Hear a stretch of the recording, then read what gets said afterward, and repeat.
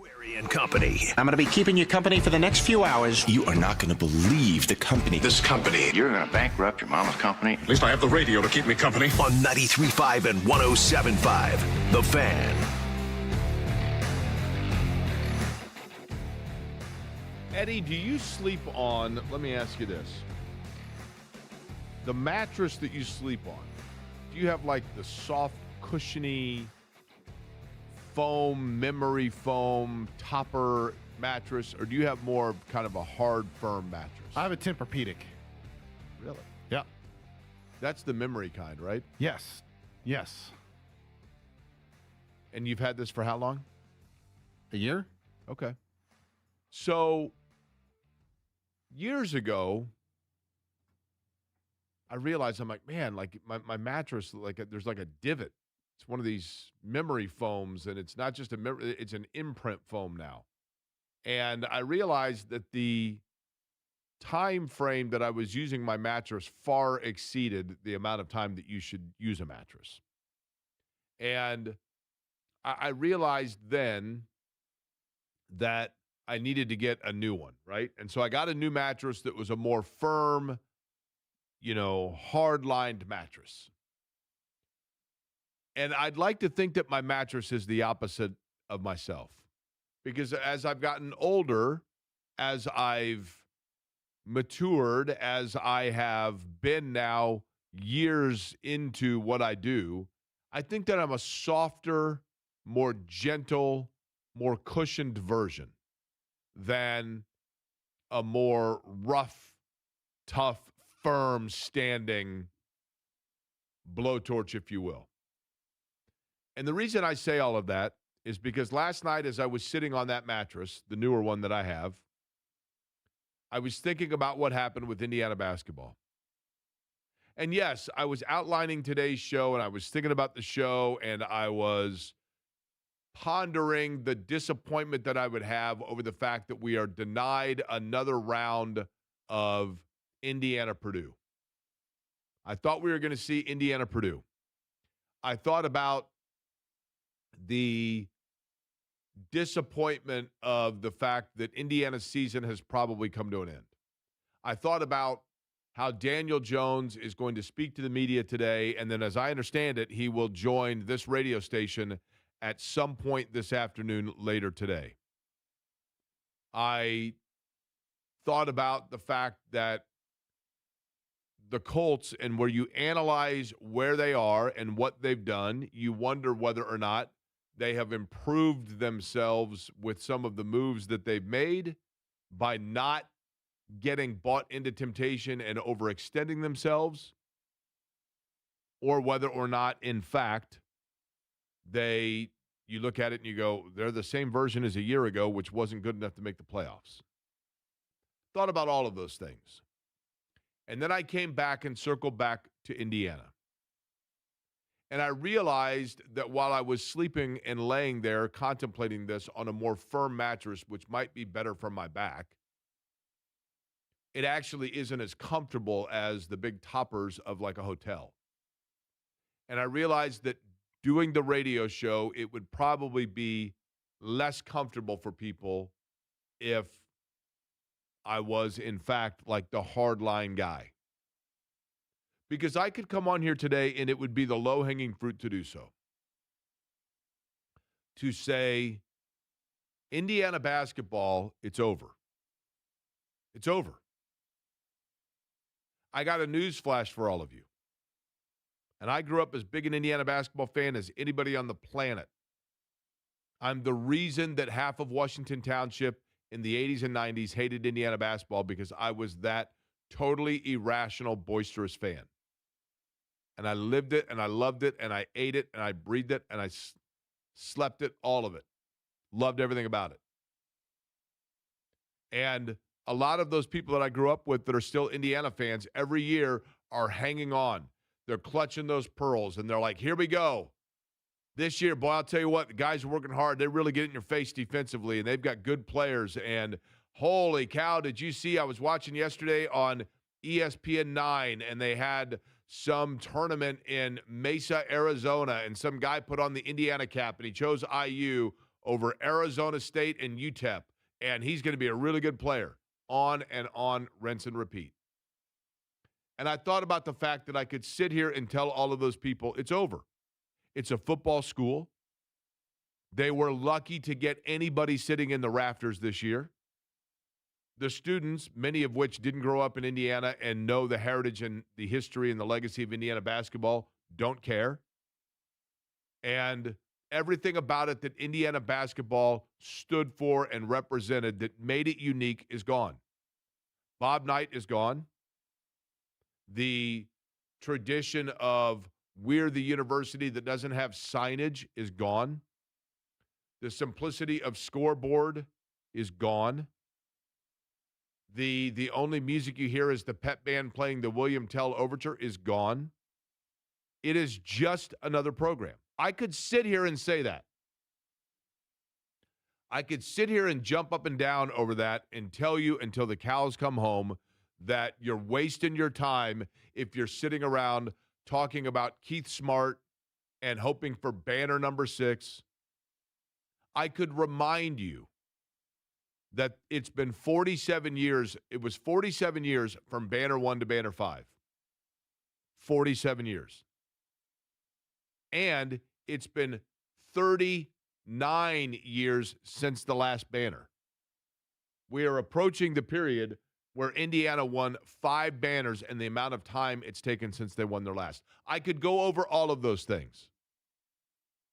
But I decided that I'm going to be the softer, more gentle version. Because to say all those things, quite frankly, is to beat a dead horse. And I don't have some axe to grind against Indiana.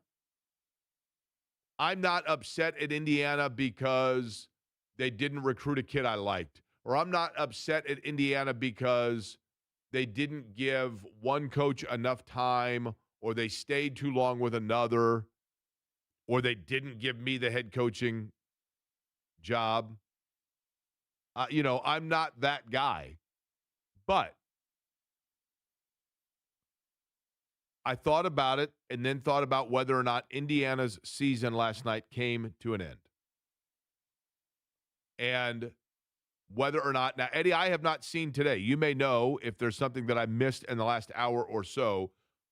And I guess we won't know yet until after. It's kind of, I don't know if they have said this yet. Maybe it would be after Selection Sunday. But I'm under the assumption that Indiana, if they do not make the NCAA tournament, which it would very strongly appear as though they won't, they have backed their way into the end of the year. They just lost to Northwestern for the 7th consecutive time. They were essentially, by all intent and purpose, blown out of that game. They sleptwalked their way through it. And you can look at Nebraska, for example, and what it meant for Nebraska a year ago to play in the postseason and build off of that. And yes, there are tournaments where you can win NIL money, for example, and that would help you. I don't think Indiana necessarily needs help in the financial regard. But I would assume that Indiana's season has come to an end, not because we're Indiana. Remember the year they declined the NIT and Fred Glass said, we're not going because we are Indiana. We have different standards. We have different standards in Indiana. We've won one postseason game this decade, but we have different standards. We've been eliminated in this century from the NCAA tournament more than we've made it, but we have standards. We have fewer than 10 times since 2000 been 500 in the Big Ten, but we have standards. That's not why Indiana should not play in the postseason. The reason Indiana should not play in the postseason is because there's nothing to be gained from it, because they are basically rebuilding their roster. You play in the NIT. Indiana in 1985, the season on the brink, the chair-throwing year. The losingest season in the history of Indiana basketball under Bob Knight. They lost more games under Bob Knight in 1985. I don't know if it was lack of senior leadership, whatever it was, but they lost more games that year than anybody in Bob Knight's 29 years. But they did go to the NIT. They accepted the bid. They had a hard-fought game against Rick Majerus's Marquette team at Assembly Hall. They played Butler at Assembly Hall. They went into the NIT. They went to Madison Square Garden. They played Tennessee, and then they lost to Reggie Miller's UCLA team.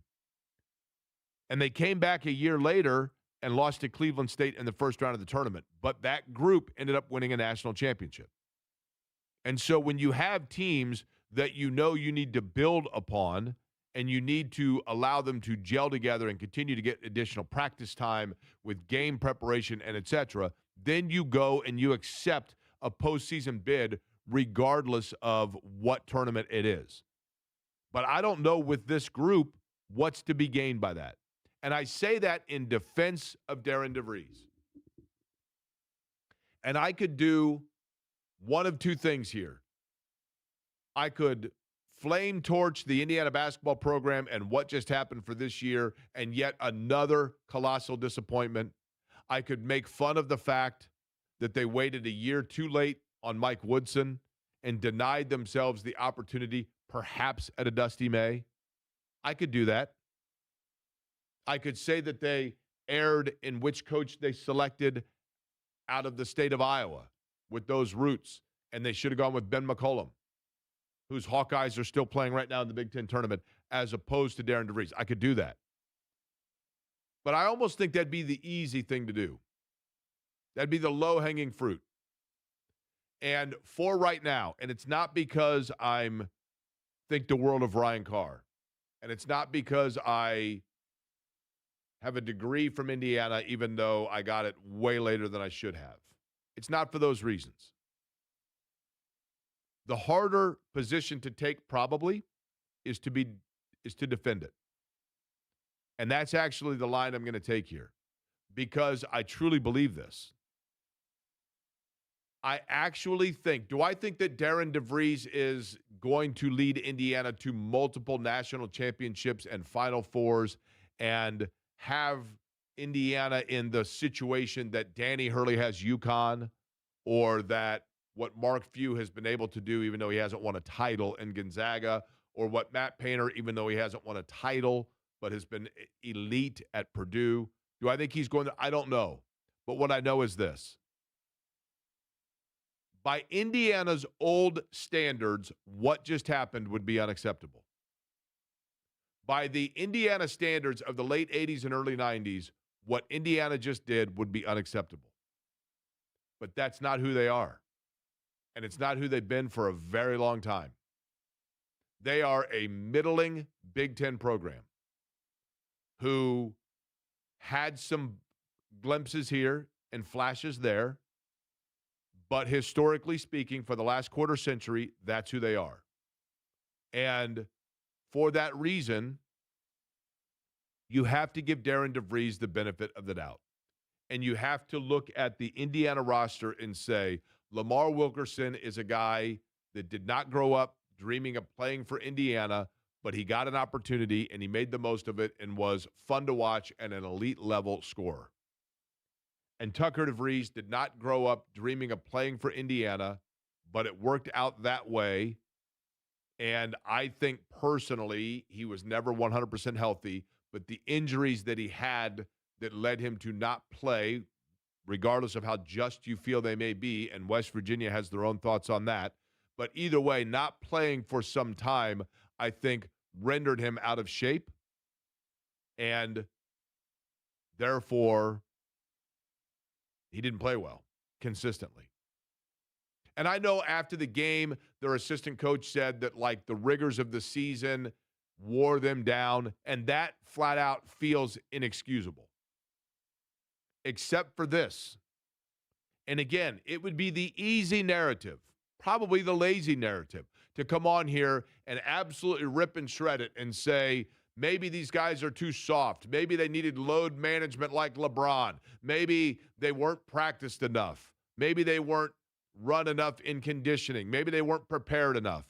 Or you could simply say, When Indiana finally made a coaching hire, they had no roster because of the transfer portal and the world that we live in, and they had to go out at the 11th hour and accumulate a roster that essentially was put together like the checkout line at TJ Maxx. Oh, they got a bag of Ghirardelli chocolates. I love those things. They're great. Wow. And I can't believe they're available at that price. Well, they expire in 2 months. That's okay. I'll have them all eaten in 2 months. So I'm going to buy them. I didn't know that I needed a Hello Kitty iPhone case, but you know what? That's a really good price. I'll take that too. And now I have this mismatch in my basket of stuff that's all decent stuff, some of which is at its expiration date, some of which has just a little bit of a misfunction to it, but the prices are good, and I'm doing my Christmas shopping at 9:58 p.m. on Christmas Eve, so I've got to get what's available to me.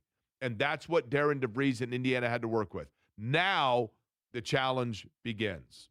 Now the work begins. And now is when we're going to truly find out who and what this program are and what they can do. And it's only from here forward that we truly can measure it, because now, next year, the roster is going to be players that Indiana truly went out and from the origin of it organically sought for their roster, not because it happened to be available at TJ Maxx and they're closing in 2 minutes and I've got to do my Christmas shopping, which is how this roster was put together. And Don Fisher has said it. Ryan Carr implied it. I've said it. That is a roster of players, some of which were, you got to hand it to them and tip the cap, but they were non-Power 4, Power 5 level players, most of them. And so you do what you can with the group that is there. Now, does that mean that at times they looked well prepared? No, they did not. Did they always look like they knew exactly schematically what they needed to do to win games? No, they did not. But the way they were put together right there, you have to give some benefit of the doubt. And that sounds like I'm being the biggest homer on the planet. I get it. It does. But the bigger reason why, and this is the biggest thing that Indiana basketball has now to deal with, and this is the challenge. This is the challenge that Ryan Carr and Darren DeVries have, and I think they know they have it. I could sit here today and come on the radio and spend 3 hours doing nothing but bashing Indiana basketball. Except for this, and this is Indiana's biggest challenge. And I'm saying it with relativity to 30 years ago. Not legitimately word for word as it comes out, but with relativity. The reason it's not in my best interest to sit here and blast this for 3 hours is because of the dreaded 2 words in sports that no team, franchise, or coach wants to hear. Do you want to know what those 2 words are, Eddie? What's that? Nobody cares. Nobody cares. Now, they do, but not like they used to. Not like they used to. Partially because it's an era bygone and nobody under the age of 30 even knows what it once was, and partially because we are just a couple of weeks away, months away, whatever it might be, from seeing Indiana for the second time in its school history hear its name announced with the very first pick in the NFL draft. And Indiana now is the football national champion. And that immediately, pay no attention to what's happening in the right hand, because look at all the jazz that's happening with the left hand. And that's where Indiana basketball is. And so what I'm saying, in perhaps circular fashion, is that the easy thing to do would be to take a day when Indiana had an immediate exit from the NCAA tournament, or the Big Ten tournament, denying themselves an NCAA tournament bid perhaps, by losing for the 7th straight time to Northwestern. And it's not like it's a great Northwestern team. Playing well now, but not a great team. and I should pile on till the cows come home. Except for that, I think it would be a lazy narrative because there's more to where Indiana goes from here, and the work truly begins now. And they knew when they took that job a year ago that now is when the true work would begin. Because you're no longer having to play wardrobe with someone else's clothes. Now it's about going out and designing your own fashion. And in addition to that, it would be a waste of my breath to spend 3 hours on it because I truly believe that most Indiana fans saw that score, felt frustrated, turned the game off, and went, well, maybe we should have Cignetti come over and talk to him because football is now the dominant thought. Daniel Jones is talking to the local media as we speak. As I mentioned, we will try, if there's anything overly saucy that comes from that, we will find that and play it for you over the course of today. He is scheduled to join this radio station this afternoon as well. Alec Pierce, I think, we don't know for certain, but it looks like he could be coming on the program sometime later in the week. Purdue in action today. Again, thought it was going to be against Indiana. It is not. It is Northwestern, and as a result, Rob Blackman going to join the program coming up today, a little over an hour from now. And then in addition to that, Zach Austerman will get into what we're talking about, just kind of where Indiana goes from here. That conversation coming up bottom of the 2 o'clock hour. Pacers in action tonight, Eddie, and they're bringing in the guy yesterday we mentioned, the all-time Cambridge Fieldhouse record for opponent points in a game belongs to a guy that will be, I'm assuming, on the floor tonight, correct? Unless he's hurt. He's not hurt, is he? Who are we talking about? Okay. We'll try this again. Hold on, let me take two here. Pacers in action tonight at the Fieldhouse, and they will be taking on a guy that I believe, Eddie, we mentioned yesterday, has the single game scoring record for an opponent inside Cambridge Fieldhouse, and I think he's playing tonight. I don't believe he's hurt, correct? Who are we talking about? Who do the Pacers play tonight? Phoenix. Correct. And who is their scorer that yesterday we established on the show has the all-time record for an opponent in Cambridge Fieldhouse with 62 points? It happened in 2024. We went over this yesterday. I didn't know Oso Iguodaro had 62 points inside Cambridge Fieldhouse. No, he did not. Kentucky boy. Really? Kentucky player, Devin Booker, right? He's not a Kentucky guy, actually, but he, as a younger man, played there. He is playing tonight, correct? Yeah, he is not listed on the injury report for Phoenix. The Pacers injury report probably is a mile long, is it not? I believe we've got a handful of players that are listed as questionable already. One of those being Avisa Zubats, who was upgraded from out to questionable yesterday. Siakam doubtful with that knee sprain. Neesmith questionable. Right ankle injury management. McConnell questionable. Nembhard questionable. Quentin Jackson doubtful. Zubats questionable. Yep, there you go. I think Zubats is going to play tonight. I do too. I do think he's going to play tonight. And if Zubats is playing, I would almost assume, Jake, that Nembhard's going to play. Yeah, I would think at this point. Because I don't think you want Zubats playing without anyone he could be playing with next year. That's correct. That's the whole purpose in him playing from here on out, right? Is you just want familiarity with it in terms of getting him acclimated. Next year, and that's the thing I think that Pacer fans need to be aware of for next year. The fact that next year is a reacclimation period. And it's not about, I think people think like Halliburton's back, boom, on to the finals. I think next year is going to be, you forget that a year ago when the Pacers went to the finals, it took a while. It was not until really this time of year when everything really started to click and the cohesion was there and the ball movement and the offense and everything else. And it's going to take a while for that next year, for everything to get acclimated and to feel comfortable and to get things going and get things moving and et cetera. But Zubats, we'll see if he plays tonight, whether he does or he does not. We also have tickets to give away for a number of things over the course of today. Correct, Eddie? Oh, we got a litany of tickets to give away, Jake. A litany. We've got the Indiana Sports Corp NCAA Fan Fest, a 4-pack of those to give away, a pair of Eric Clapton tickets with special guest Jimmy Vaughn, and a 4-pack of tickets to the Fisher's Freight home opener that is on Saturday. The Fisher's Freight thing, tell me this.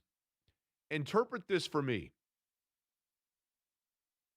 Last night, which probably more was like 8 o'clock this morning, but last night I had a dream. How often do you remember your dreams? Unless they stand out, not very often. And then when you remember them for like an hour, and then they kind of fade away, right? And you're like, man, I don't really remember the specifics of it. But I had a very vivid dream, and for the most part, it was like logical. You know, a lot of times when you have a dream, everything feels normal, and then all of a sudden something happens within it where you're like, okay, very clearly my body's telling me like, no, this is not reality. So I had a dream that didn't really have any of that, but except for this, I was at an Indiana Firebirds game. That right there should have told me it was a dream because the Firebirds are now back in Albany. But it was an indoor football game, and I think it's because of the Fisher's Freight that made me think of it. But it was the championship game for the Firebirds. They were playing in the Arena League Championship, and I had field passes. And the coach of the Firebirds was Joe Rodecap, who was the video coordinator at Channel 6 when I was there, married to Grace Strahan, who is a former anchor at Channel 6 that now works at Cathedral. They are two of the dearest, most kind people on planet Earth. And their son, Nick, is an aspiring, and not even aspiring at this point, a very promising broadcaster who's a senior at Indiana. But Joe Rodecap was the coach of the Firebirds, and I was on the sidelines with like VIP passes, super excited about that, with Brendan King. Now, can you explain why Brendan King would have in any way, shape, or form worked his way into from my subconscious to my conscious to be standing alongside with me in the sidelines of a football game? Brendan King, who is, of course, works on this radio station, does the South Bend Cubs, and this time of year determines whether or not he's going to root for the Florida Panthers, but not this year because they're not going to the playoffs. He was in the dream with me. And I think it's because I knew that we had tickets to give away for the Fisher's Freight today. Indoor football, we will do that. Eric Clapton as well, and the Fan Fest, as we mentioned, for the Final Four, which is extremely cool. But when we come back, like I mentioned with Indiana, where you start to look at their roster now, and now the clock begins. Does the clock reset for the Colts, or are we just running back what we've seen before? We're going to analyze whether this roster is better or worse than a year ago, other side.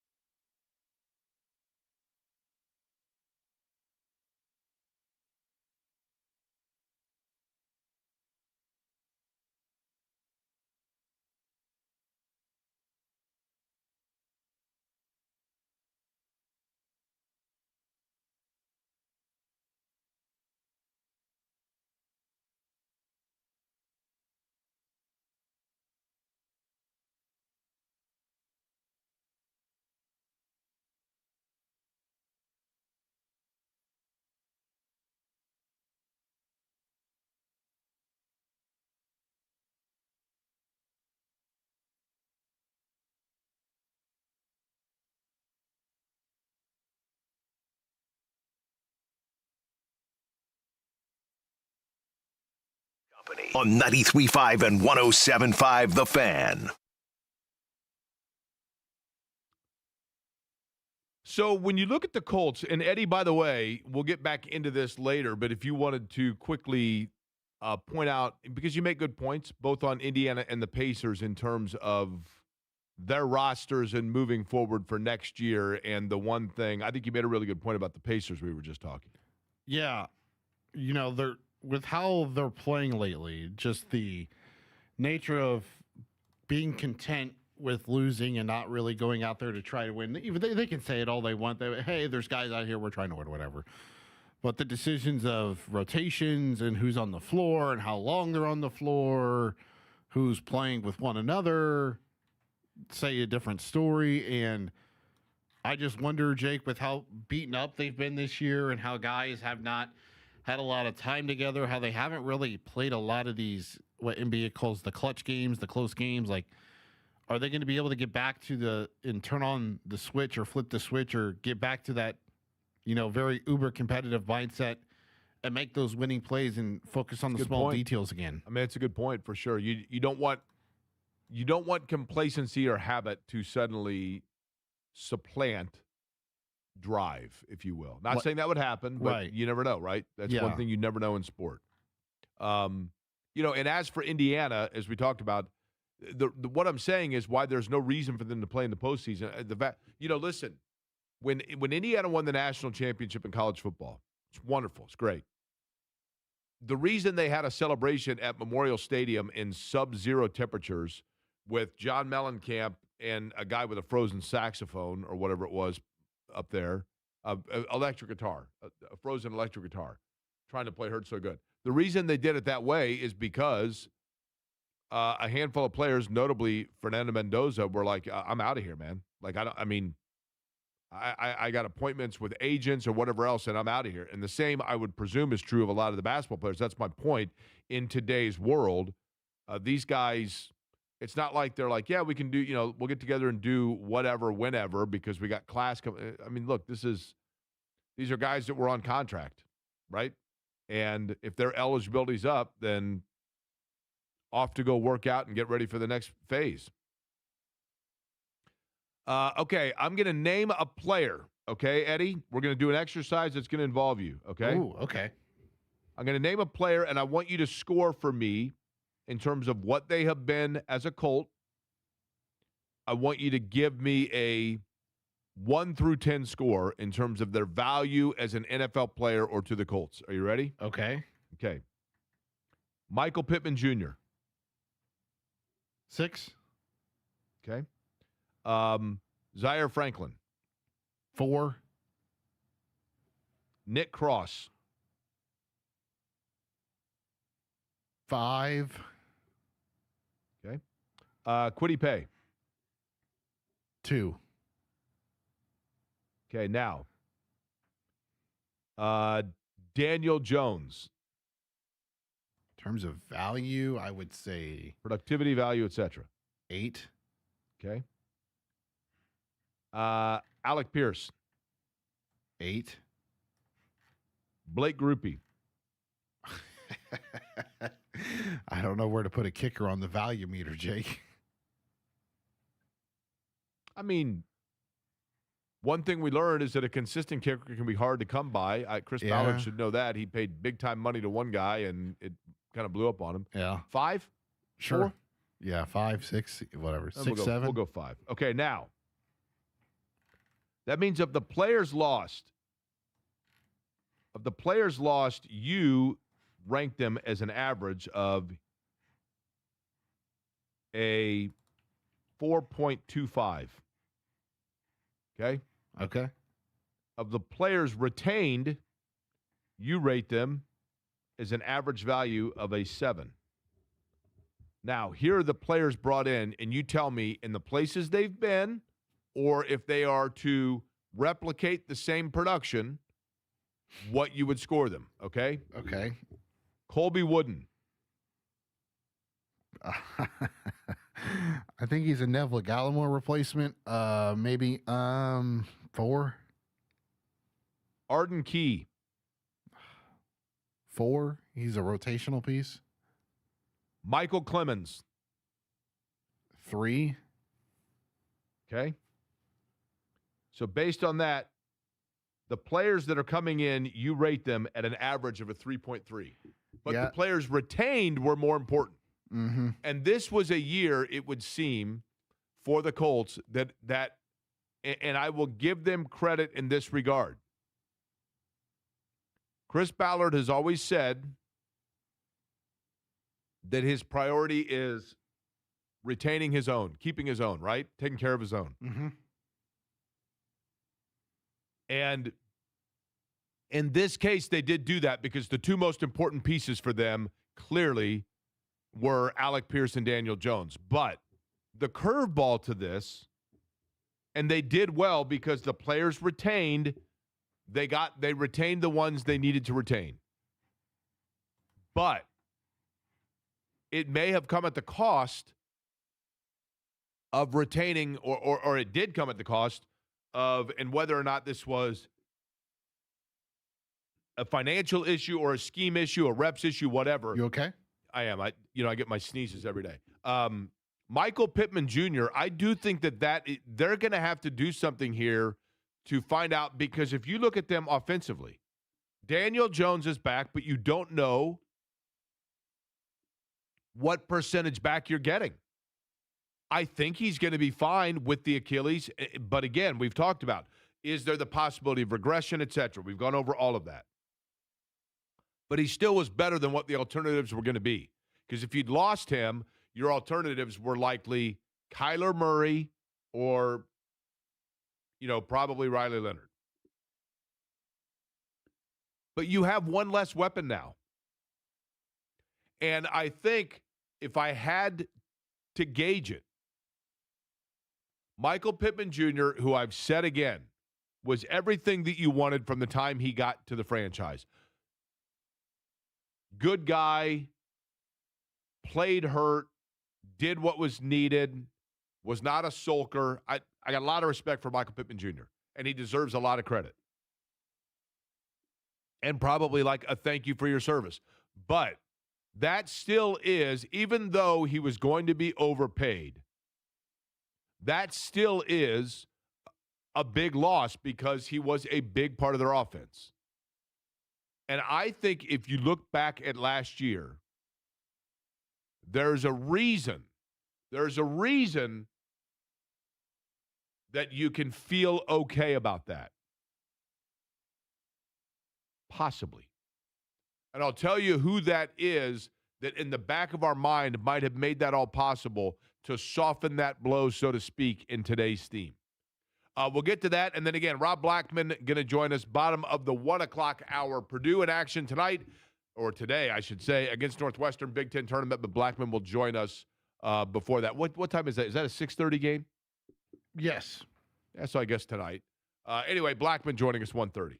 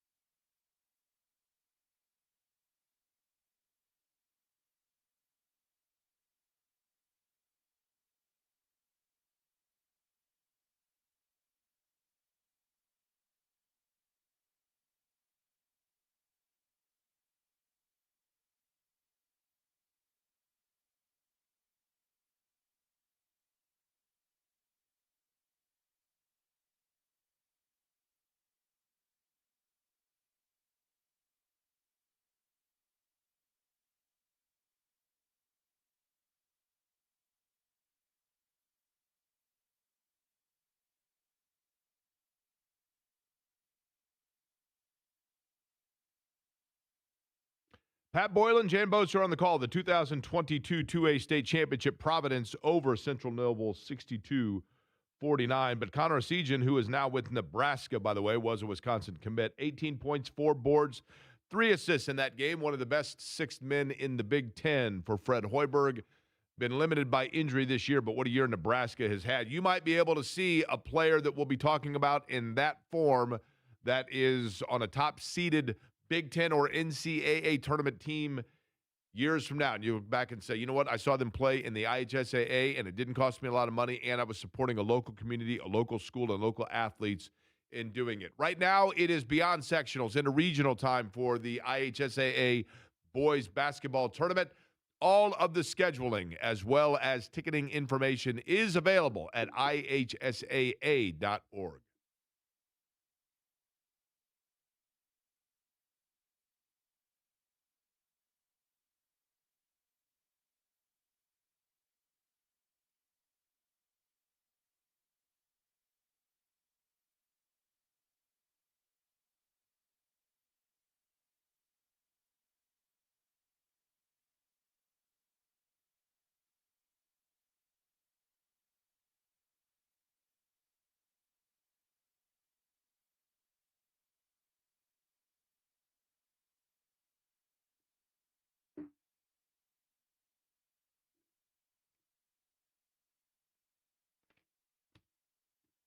You're listening to Query and Company on 93.5 and 107.5 The Fan. We aim to do all things any way you want it on this program at Query and Company. We are a company designed for you.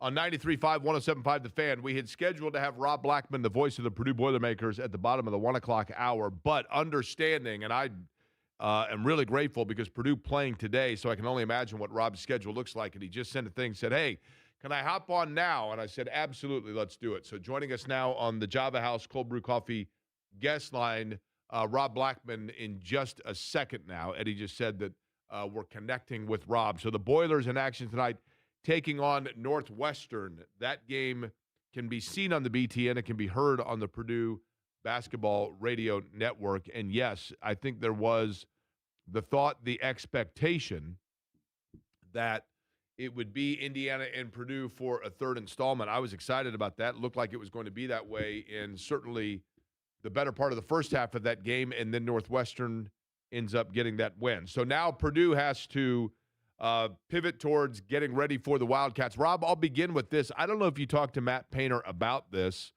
and certainly Northwestern's playing really good basketball. You can't look at their record. Chris Collins has that team playing well. But how do you think Purdue does kind of handle the mindset of not knowing on a 24-hour notice who the opponent is going to be? Do they come up with two different game plans, or is it more so just we're going to play our game and take our chances because we know both opponents? Yeah, so I can tell you this, Jake, just from being at practice the last 2 days, it really was more about Purdue, worrying about Purdue. Now, they did take a couple minutes each day to talk about, okay, if we're playing Indiana defensively, this is what we'll be looking at.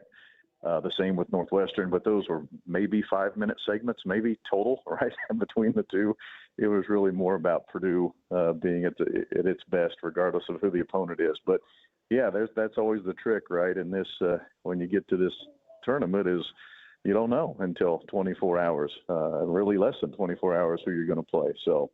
And by the way, Jake, thank you for rearranging the schedule to fit me in here this afternoon. Our practice schedule got messed up, so thank you for doing that. No, listen, Rob, I totally get it. You know, that practice, and thanks for coming on, that practice you're talking about, the reality is this. You know, I think that we thought, and the Big Ten's loaded, Rob, we know that. But if you had to pinpoint or pick, what is the area? What is it that has gone, and it sounds weird to say, awry, because Purdue is still going to be probably a top 4 seed in the NCAA tournament. But what has denied them the chance to be that 1 seed? What is it that is off? Easy answer, Jake. Defense, and poor defense. Maybe that's a 2-word answer, poor defense. Just looking at the numbers, and I'm going to, this is not my original thought. Coach Painter actually shared this with the team going into the Northwestern game last week. Going into that game, Purdue was 1-3 in their last 4 games. And over that 4-game stretch, adjusted offensive efficiency by the numbers, Purdue was number one in the country. Now think about that. You are number one in the country offensive adjusted efficiency, and you're 1-3 over that same stretch. Why? Because your defense had been so poor. I was looking at some numbers earlier today that our SID, Chris Foreman, had provided for me. Purdue in the home games this year where they lost four games to top 15 teams, adjusted defensive efficiency, 96. I mean, that's just you. And adjusted offensive efficiency in those 4 losses at home to those top 15 teams, number 2. So that makes it pretty easy just looking at the hard numbers. Purdue is certainly good enough offensively. Purdue is, unless something just goes crazy here down the stretch, this is going to be the highest scoring team that Matt Painter has ever had. In his 21 years, no team has scored more than this team. This team is about to literally break a record in the NCAA assist-to-turnover ratio. They're not just going to break it. They're going to obliterate it. It's like something like 2.16 or something, assist-to-turnovers. No one in the NCAA history has ever had those kind of numbers. Purdue leads the Big Ten in three-point shooting percentage, if you just look at the conference numbers. The point I'm getting at here, offense has not been a problem. As a matter of fact, the offense, if you just look at those numbers, would lead you to believe Purdue's a front runner to be a national champion. The problem is on the other end, Purdue has been so poor defensively. But for the most part, Rob, the personnel is the same as in years past where defense was not nearly this deficient. So what is, it's not like all of a sudden you've got a bunch of guys that are different than a year ago. This is the same group. I mean, Oscar Clough obviously newer, C.J. Cox getting a little bit more minutes, but the perimeter defense itself, what has changed that has caused this drop this year? Well, I would say this, and let's just talk about the 3 seniors that have been here 4 years and Trey 5. When this coaching staff began recruiting for the group that was going to surround Zach Edey, because they knew they had a very special player in Zach Edey, they thought it very important to recruit offensive-minded, offensive-skilled players, because they felt like in the long run that is the best for this particular group, again, surrounding Zach Edey. And obviously it worked, because Zach Edey is a senior. Obviously, you go all the way to the national championship game. What has now happened, unfortunately, on the back end is once Zach Edey walks out that door, you're now stuck with a bunch of guys who are offensive-minded players. Again, not all bad in that scheme with the National Player of the Year on your roster at 7'4", but it does catch up to you on the back end, and that is what has happened here. Did it start to show itself a year ago? Absolutely, without question.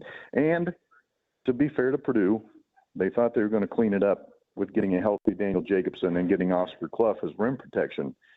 What none of us probably took into account, or certainly probably should have, is that keeping the ball out of the paint on the off the dribble was a much bigger concern than probably all of us thought. Looking at it, again, it's always easier, right, to look at it after the fact. But if Purdue can't keep the ball out of the paint, I don't know what to tell you, especially as we get into postseason play. If they can get that figured out, and I still think they can, then who knows, maybe something special can happen here. Rob Blackman, my guest. He's the voice of the Boilers. Purdue in action tonight. They will be taking on Northwestern. It is and Rob, I always have to look at this. Is it a definitive 6:30 tip? They're not following a game before, right? Because this is the first game of the evening session. So the tip time is pretty much set in stone, right? You got 6:36 Eastern. We're the first game of the night session, so this game will tip on time. 6:36. Could you be more specific by chance? You can tell I work in radio, right? You need to know the exact tip time. That's exactly right. Okay, so, Rob, the other question for you, because you're around this as much as anybody. You're at the practices, you're on the buses, all of it. And it is crazy to say that a team that has had the year that Purdue has had, because they've been very, very good and ranked all year long, but against the standard of what we anticipated, it probably is not where it was totally expected. With adversity sometimes can come friction. Have you seen it amongst the teammates with this group? I have not, and you're not the first to ask me that question. I would actually say this group is as close as it's ever been. And I mean, just for instance, riding the bus yesterday from Purdue up here to Chicago, it's cutting up, it's joking around, it's having fun with one another. This is a group that does genuinely like each other. I know from a distance, maybe it doesn't look that way, But I'm telling you that's the least of Purdue's concerns right now is continuity amongst the players. That is, it's something I haven't seen all year. And again, you're not the first to ask me about it, but no, I have not seen that. Lastly, I wanted to ask you this. I've always been curious of this. It used to be, Rob, I don't know if this is still the case. It used to be in the Big Ten that travel, if it was within a certain number of miles of the university, you took bus, and that was mandated, and then you flew elsewhere. For Purdue, just strictly out of curiosity, how many of the Big Ten teams now do you guys bus to versus fly?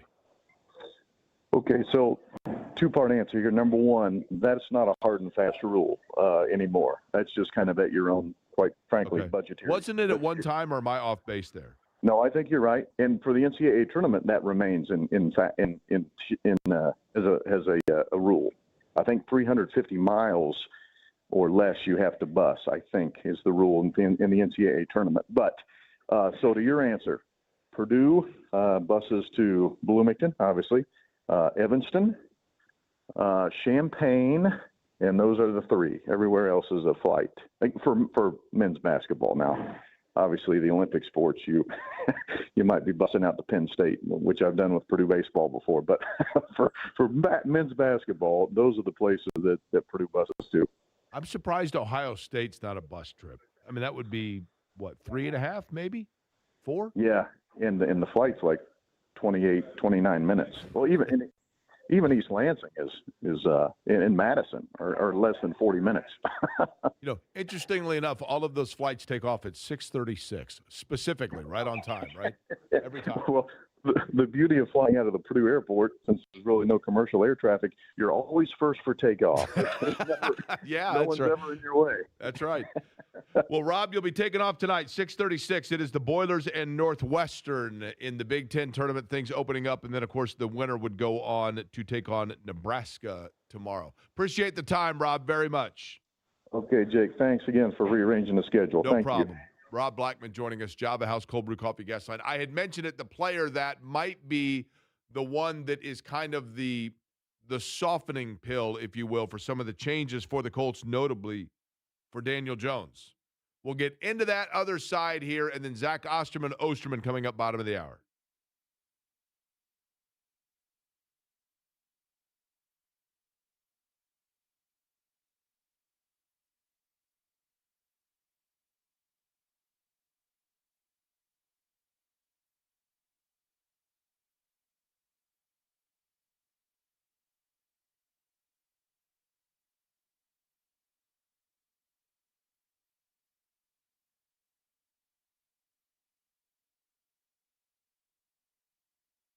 Hey there, Jake Query for Chicago's Pizza. You still have 30 minutes to get in for the Chicago's Pizza Buffet. The lunch buffet is fantastic. Traditional pizza, the deep dish pizza, which Eddie enjoyed yesterday when they brought it in, the salad bar with all the fixins, and, of course, that comes with all of the dressings that you would like, and the fresh hand-rolled breadsticks. Each and every morning, all of the different locations, 19 of them, and 25 now statewide, up and running in Martinsville. That store is doing great, or that location restaurant for Chicago's. Yesterday, Ron and Nate from Chicago's came in, and it was just great to catch up with them and again see the passion they have as a business that started right here in Indiana, in central Indiana, and the commitment they have to each and every restaurant, not only in making sure that they are producing the best possible pizza for you, but also giving back to the community and being an epicenter. Sports and pizza, the perfect combo, right? And it was great to have them in here yesterday. But each and every day from 11 until 1:30 p.m., you get that lunch buffet that I mentioned, everything I mentioned, plus a soft drink for just $13. And don't ever forget also the dinner option, which is the family meal deal. 2 medium, 1 topping pizzas and breadsticks for just $25. Chicago's Pizza and their numerous locations around the state. Find one near you at chicagospizza.com.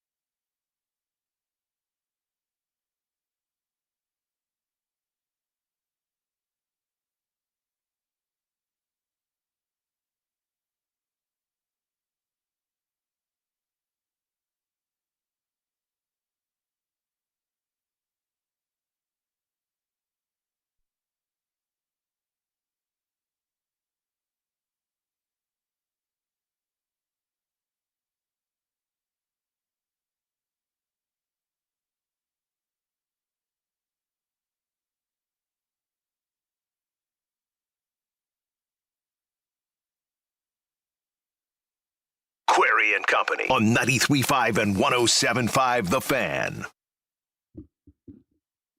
So the ping pong balls for the Pacers in the draft, and I don't even know if they do ping pong balls anymore, but for the sake of the discussion, that's kind of how today's show is. It's like these ping pong balls floating around where we've got to kind of adjust on the fly with different times for people, which is cool. And I appreciate everybody's willingness to come on. Did want to mention the guy that, and we'll get more into this, I do think that with the departure of Michael Pittman Jr. and trading him and getting yourself some cap flexibility there, offensively, I think you can make up for that a little bit if you can get Tyler Warren to get back to, and he did hit a little bit of a rookie wall last year, but he was so effective, and you can put him in so many different spots, and he's a yard after catch guy, and he's a guy that can go across the middle. You can line him up out of the backfield. But Pittman Jr. was so valuable because he was willing to go in to areas, the danger areas, to take up space, and then you throw it to him over the middle. He's not afraid to get hit over the middle, and et cetera. That's probably, unless they can go out and get a receiver like that to replace him via free agency or the draft. And, Surratt for Indiana feels like that kind of a player. But again, that's a big leap to say you're going to be Michael Pittman Jr. Warren can be that guy until they can find another to develop it. But we go back now to the Java House Cold Brew Coffee guest line, moved up, and the ping pong balls bounced a little bit here in order to get from the Indianapolis Star, our friend Zach Austerman, who joins us talking about Indiana basketball. And actually, you know what, Zach? I'm going to do a buy one, get one with you here. Let's go to the football side of things first real quick. We know that Mendoza is going to be likely the number one pick in the draft to the Raiders. And Omar Cooper Jr. seems to have had a really good combine and postseason workout routine here. But what about Surratt? Where are you hearing that he could go? And could he be a steady on-field NFL reliant player like he was at the college level? Yeah, I mean, it's been a while since I checked in. The vibe I kind of got was like day 2, maybe early day 3 with Surratt. I think, I mean, listen, it's, he is never going to have the explosiveness that I think is a big part of sort of what's pushing Omar Cooper's profile up. But I think you also see, to your point, he is a receiver that can operate in a lot of different areas. I think he's a bit of a tone-setting receiver. I know this is a little bit kind of unquantifiable, but like when people ask me for kind of the moment when I felt like maybe things were different with Curt Cignetti, one of the ones I point to is a play he had in the UCLA win last year where a safety squared him up along the sideline while he was catching the ball. And not only did he turn in time to meet the contact, but he shouldered the safety to the ground, and then he stood over him and basically said something to him. And I just kind of thought, man, this dude, and by extension this team, have just a little bit of a different attitude about them. You hear people talk about his leadership qualities, and then really more than anything else, and I know this is simplistic, but he catches the football. Like, if it's thrown to him, he catches it. And that feels a little bit like pitchers who find the strike zone.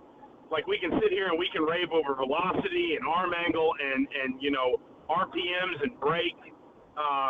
At the end of the day, guys who throw strikes stay in the league, and guys who catch football stay in the league. And we can worry about measurables, we can worry about speed, we can worry about, hand size or whatever. I do think Elijah Surratt is going to make somebody, what's the shelf life for receivers in the NFL these days? I'm not sure, but I do think Elijah Surratt's going to make somebody happy. Okay, what the people that were not happy would be Indiana fans based on last night against Northwestern. Let's begin, and I'm going to go kind of futuristic and then move backwards. I don't know, Zach, so my apologies for my ignorance here. A lot of this will not obviously be determined until Selection Sunday, and seemingly nobody wants to get in and have to go to Dayton because teams are just losing all over the place. But has Indiana said either way whether or not they would accept a bid other than the NCAA tournament in the postseason? Darren DeVries actually got that question last night. He deflected it. He basically just said that's something we'd have to talk about with our administration and with our locker room and all that. I think it's fair to say teams like Indiana don't go to the NIT anymore, and that we can have a philosophical debate as to the merits of that, but as long as the portal window is going to operate, I know they've moved it back a little bit, but as long as the portal window is going to realistically operate in, the late March, early April kind of period, any team that doesn't make the NCAA tournament just at Indiana's level of NIL spend and rev share spend and, frankly, expectation is going to want to spend that time rebuilding and retooling its roster. There's just not an interest in the NIT, and Indiana's not alone in that. I mean, I think it was a couple of years ago, Ole Miss opted out of the NIT. There were other teams that I don't remember, and I don't want to just start spitting out names and get somebody wrong. But that tournament has unfortunately just kind of faded very much to the background for the high major teams.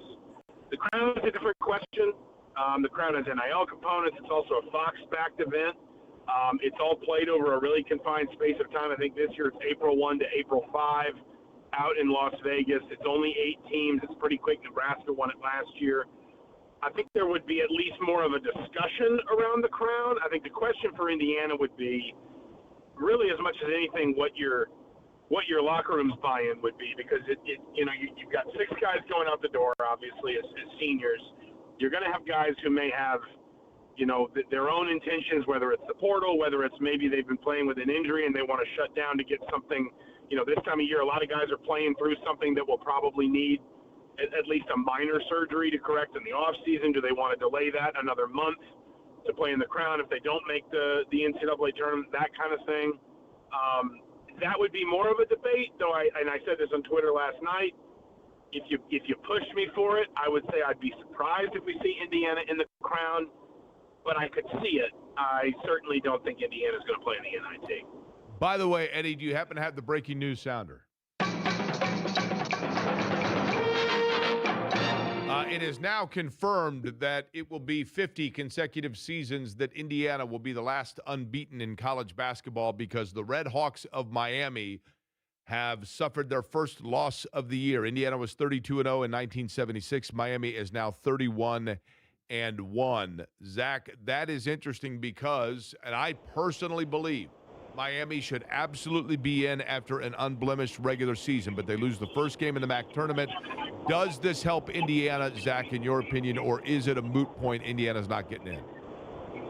I don't think it's a moot point that Indiana's not getting in, although I think the chances were pretty small, frankly, just at the beginning of the day in general, to your point at the top. Like, the issue is less what Indiana's done and more what everyone else has done. The bubble is just carnage.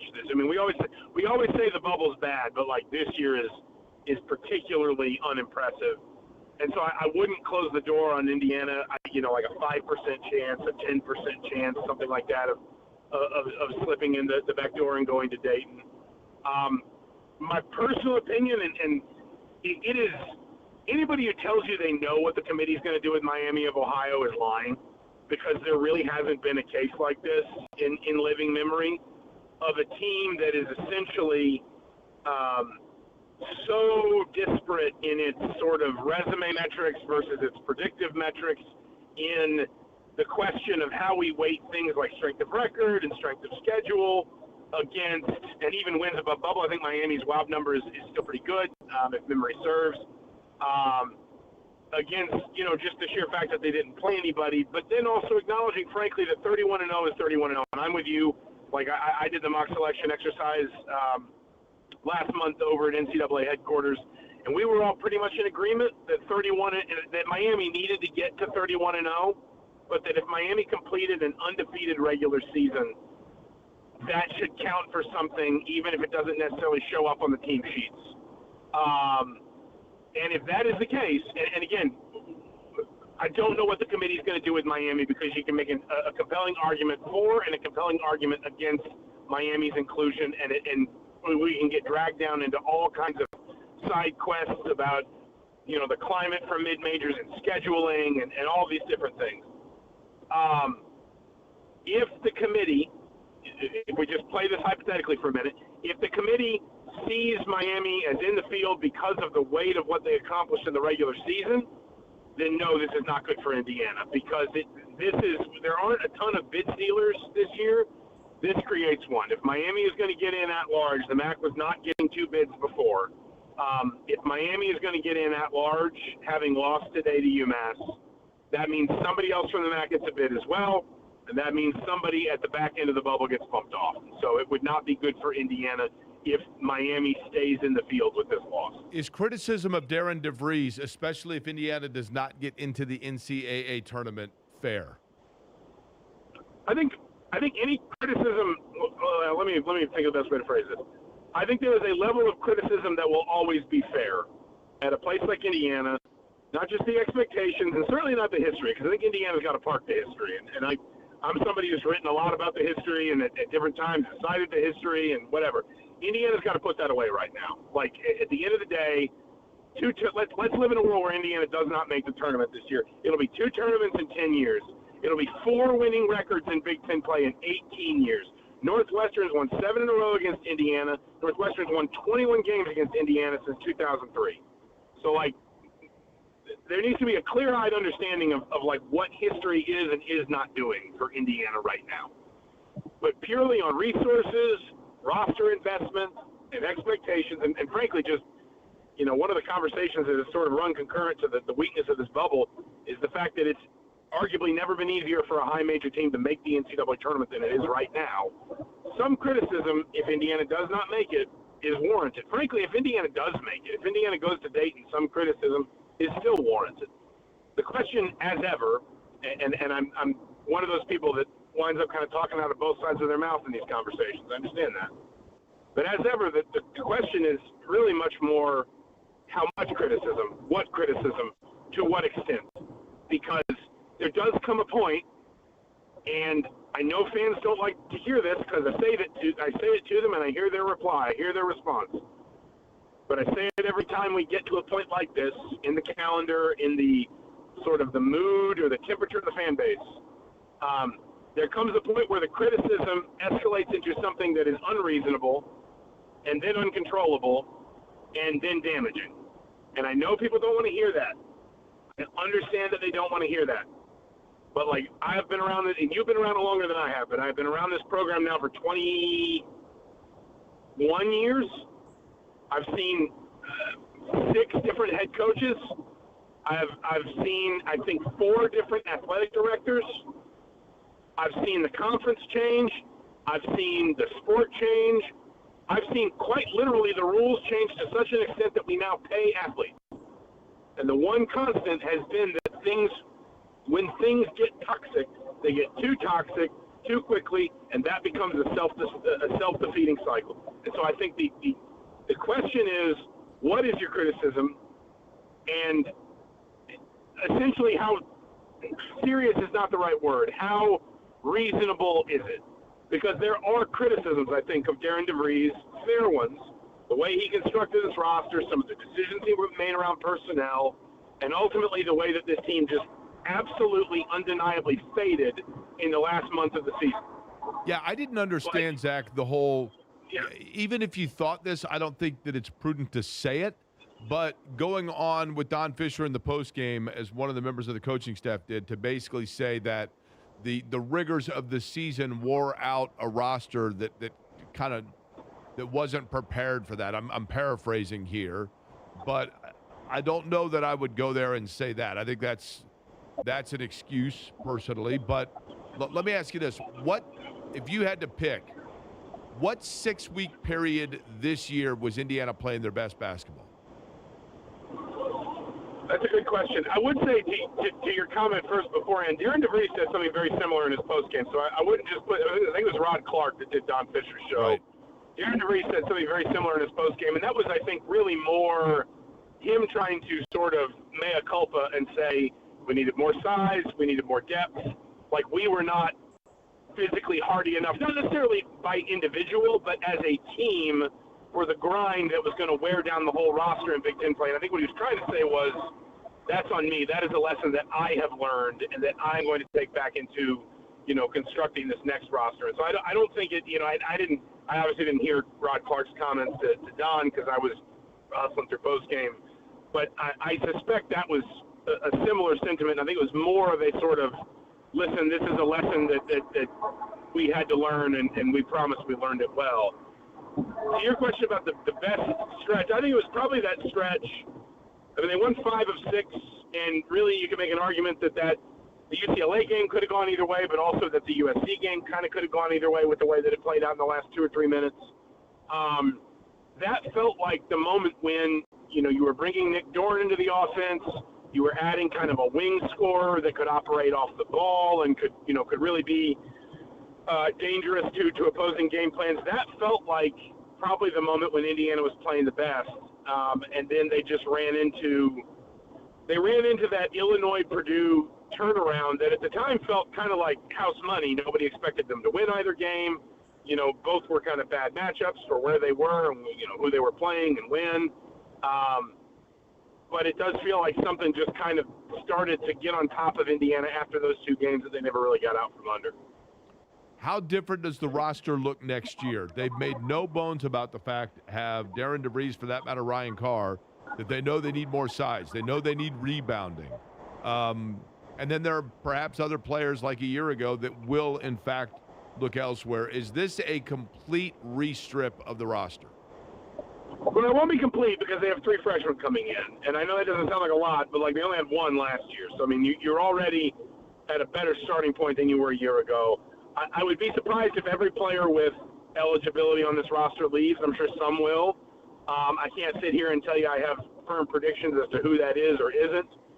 But I would be surprised if this is just just a complete and total reset the way it was, or even anything approximating the way it was a year ago. I think if anything, if you're Indiana, you might even just want to encourage a handful of guys to stay so that you don't have to just completely reteach another roster the whole thing. I thought there were times this season. Which players do not have eligibility? Which players are we know they're gone?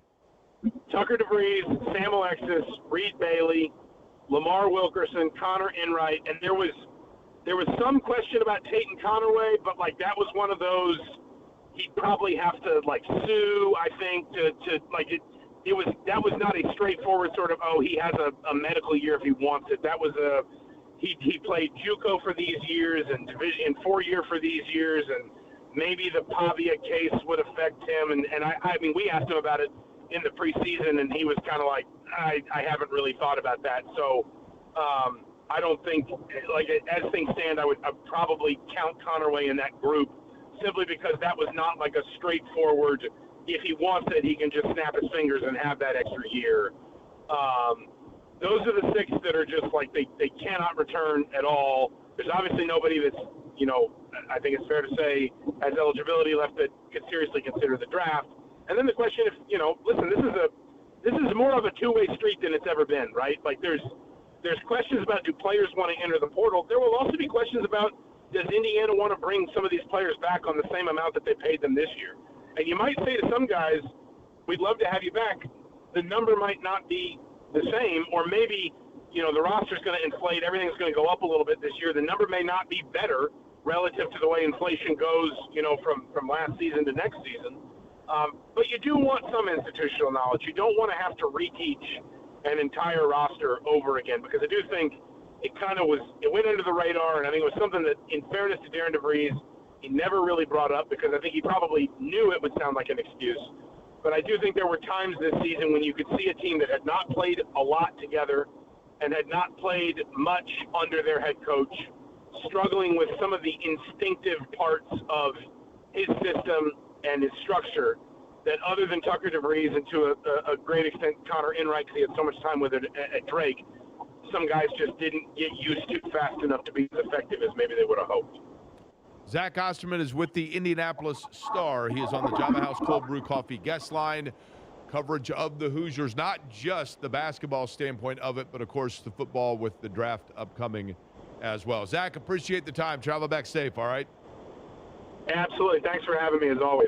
Zach Austerman joining us on the Java House Cold Brew Coffee guest line. Again, a reminder, if you're going to go into one of their locations for Java House, they've got one on New York Street downtown, one in the Simon Building downtown. They also have a location in Broderpool, 2 of them in Carmel, Midtown Carmel, as well as Clay Terrace.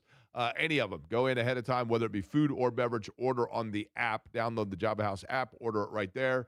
Use the code Jake25, 25% off your order, and it will be ready when you arrive. Now, when you say Midtown, where is that? Midtown Carmel. Okay. That is the area, Sun King's right there. Like there's the little square in the middle of Carmel. Because I know your best friend has a different meaning for Midtown. He says Midtown Indianapolis. There's no Midtown Indianapolis. It's a New York term. Midtown is Manhattan. There's the north side of Indianapolis and the old north side. It's very simple. But Derek's a New Yorker, so what's he going to, you know what I mean? He's an East Coast guy. I'm surprised you didn't play the game of, Zach, let me guess where you're at on your drive back. I could tell right there. He was just past the wind farms. I could tell. He was in Crown Point. When he started the conversation. By the end, he was just past the wind farms. By the way, I'm exhausted by this, but I'll just say it, and I try not to be the guy that like takes social media stuff to the radio. But people that think that Notre Dame is in the Indianapolis television and radio market, you're wrong. I work in media. I have for a long time. South Bend is its own television market. Indianapolis is a different market. Notre Dame is a national brand. It happens to be in Indiana. There are fans of Notre Dame in Indiana, just as there are fans of Notre Dame in Columbus and Cincinnati and Chicago and St. Louis. It is a national brand. You should be proud of the fact it's in Indiana, but it is not one of the locally covered teams by the local Indianapolis sports market. And despite what people are trying to tell me from a radio standpoint and television standpoint, Bloomington is, in fact, in the Indianapolis market. You can argue other stuff with me. I work in local media and have for 30 years. I have a general idea of what I'm talking about. Just had to throw that out there for what that's worth. You ever get something that just like, you're just like, after a while, is that pesky itch, and you're like, just get away. Like a gnat, Eddie. You ever get a gnat flies around you? Yeah. You every day, 12 to 3. Yes. Thank you. That's probably true, right? Uh-huh. So Miami has been beaten. We do have an update on the Pacers injury report, Jake. All right. Hold on to that because we're going to get to that as well as what this means with Miami now with a loss. Both of it, other side.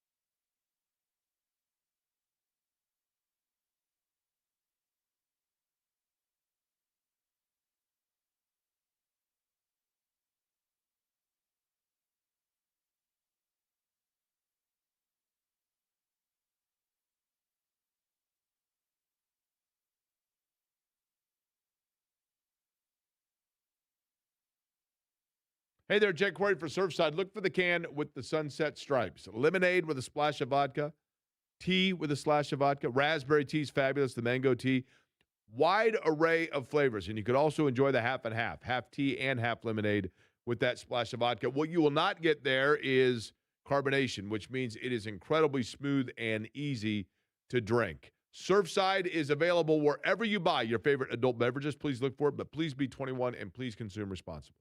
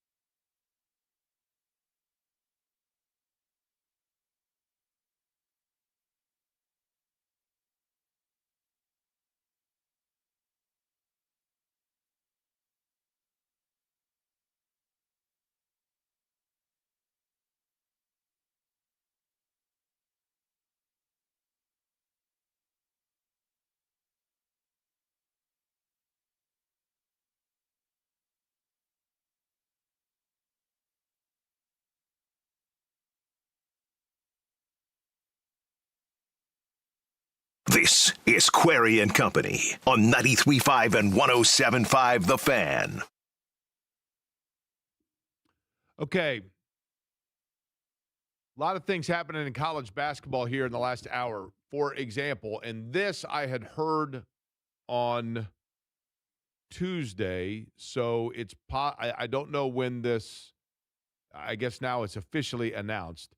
The Horizon League basketball tournament with its semifinal and its championships, which were just Monday and Tuesday night, Wright State winning it, and were played at the Corteva Coliseum at the Fairgrounds. Those now officially moving next year to the arena,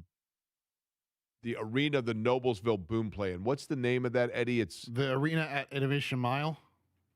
Let me make sure it's that and not the Fishers Event Center. I'm pretty sure it's that one, the arena at Innovation Mile. Thank you, up in Noblesville. Mm-hmm. That, I believe, yes, in fact. That will be starting 2027, so next season through 2031. So that is the new home for the Horizon League Basketball Championships. Good for them. Yeah, that's cool, right? And that is, I mean, listen, I love the Coliseum. I love the history of the Coliseum. I love the legacy of the Coliseum, all of it. But that is, that admittedly is significant. And that, the Noblesville Boom Arena, which is great, the arena at Innovation Mile, it is a slightly smaller version of the Fishers Event Center. And if you get 1,500 to 2,000 people in that arena, it's a pretty good-looking crowd on television. And that's probably what the Horizon League is going for, truth be told. Also, the CBI tournament, in terms of the non-NIT, non-NCAA tournament, the College Basketball Invitation Tournament, has announced that it will not conduct a tournament this year, and thus seemingly that tournament and its run is complete. Illinois State was the winner a year ago. Now, with Miami losing, and this becomes an interesting discussion. Does Miami have, at 31-0, with an undefeated regular season, does Miami have enough juice from that to get into the NCAA tournament? Do they have enough to get in without having to go to Dayton? Is the question for me. I would think they may go to Dayton, right? Here's the thing. Their schedule is not great, no doubt. They did beat Wright State, who won a conference tournament, right? But their strength of schedule and those things not great. But this is such, in a year, it's almost like the basketball gods have gotten rumor and, word that the NCAA tournament is looking to expand. And they said, you know what? If they're talking about expanding, then what we need to do is make absolutely certain that in 2026, we absolutely present it where the bottom teams do everything they can to not get in. Because if there's a year to talk about expanding the NCAA tournament, this ain't the year to have that discussion, because the teams that are sitting there trying to vie their way in, they all look like there's this like magic barrier, and none of them want to cross over into it. The last four in right now, and I do think that I'm going by bracketology and Joe Lenardi, but this is always it's not rocket science, number one, but he uses the same formula, and his stuff is usually like right there at a really good projection, okay? The last four in: Missouri, Virginia Commonwealth, SMU, and Auburn. Auburn is, what's Auburn's record? Aren't they like 16-14? And none of these teams are on a heater necessarily. The last four buys. These are so those four that I just mentioned would be going to Dayton: Missouri, Virginia Commonwealth, SMU, and Auburn. The last four buys, so the last four that are safely in and don't have to go to Dayton: NC State, Central Florida, Santa Clara, and Texas. Okay. Now, the first 4 out: Indiana, New Mexico, Stanford, and San Diego State. And Indiana now, their work is done. They got to sit and just wait.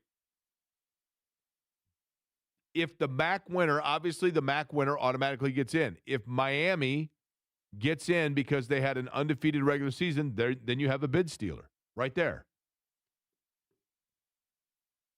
It doesn't look good for Indiana. There's no question about that. But I do think, and I will die on this hill,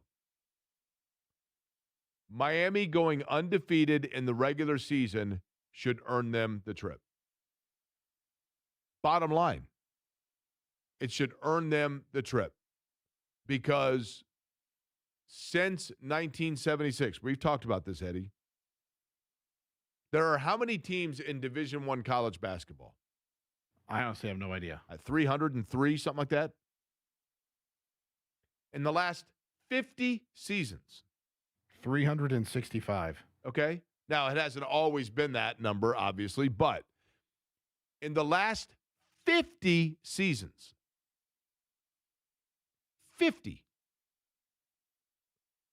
there have been 300 teams on average per year starting their season. 6. Not 6 total teams have had an unbeaten regular season. 6. That alone merits getting you in because I don't care who you're playing. I don't care who you're playing. You play the teams in your league. You beat everyone in your league in the regular season. Yeah, okay, sure. They just lost by 4 points to a team coached by a guy who's coached in a Final Four, to a school that's been to a Final Four. Okay? So I think Miami's in. Maybe I'm naive, but that's a bid stealer if they are, like Zach just said. Now, as for the Pacers tonight, Eddie, tell me who's in and who's out.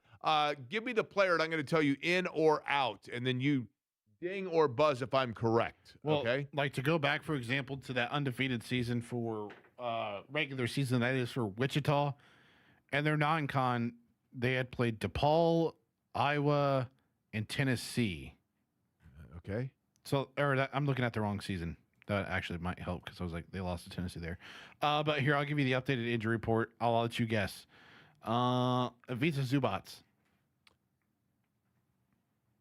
Okay, I'm going to say that he is listed as questionable. Yes. Quentin Jackson.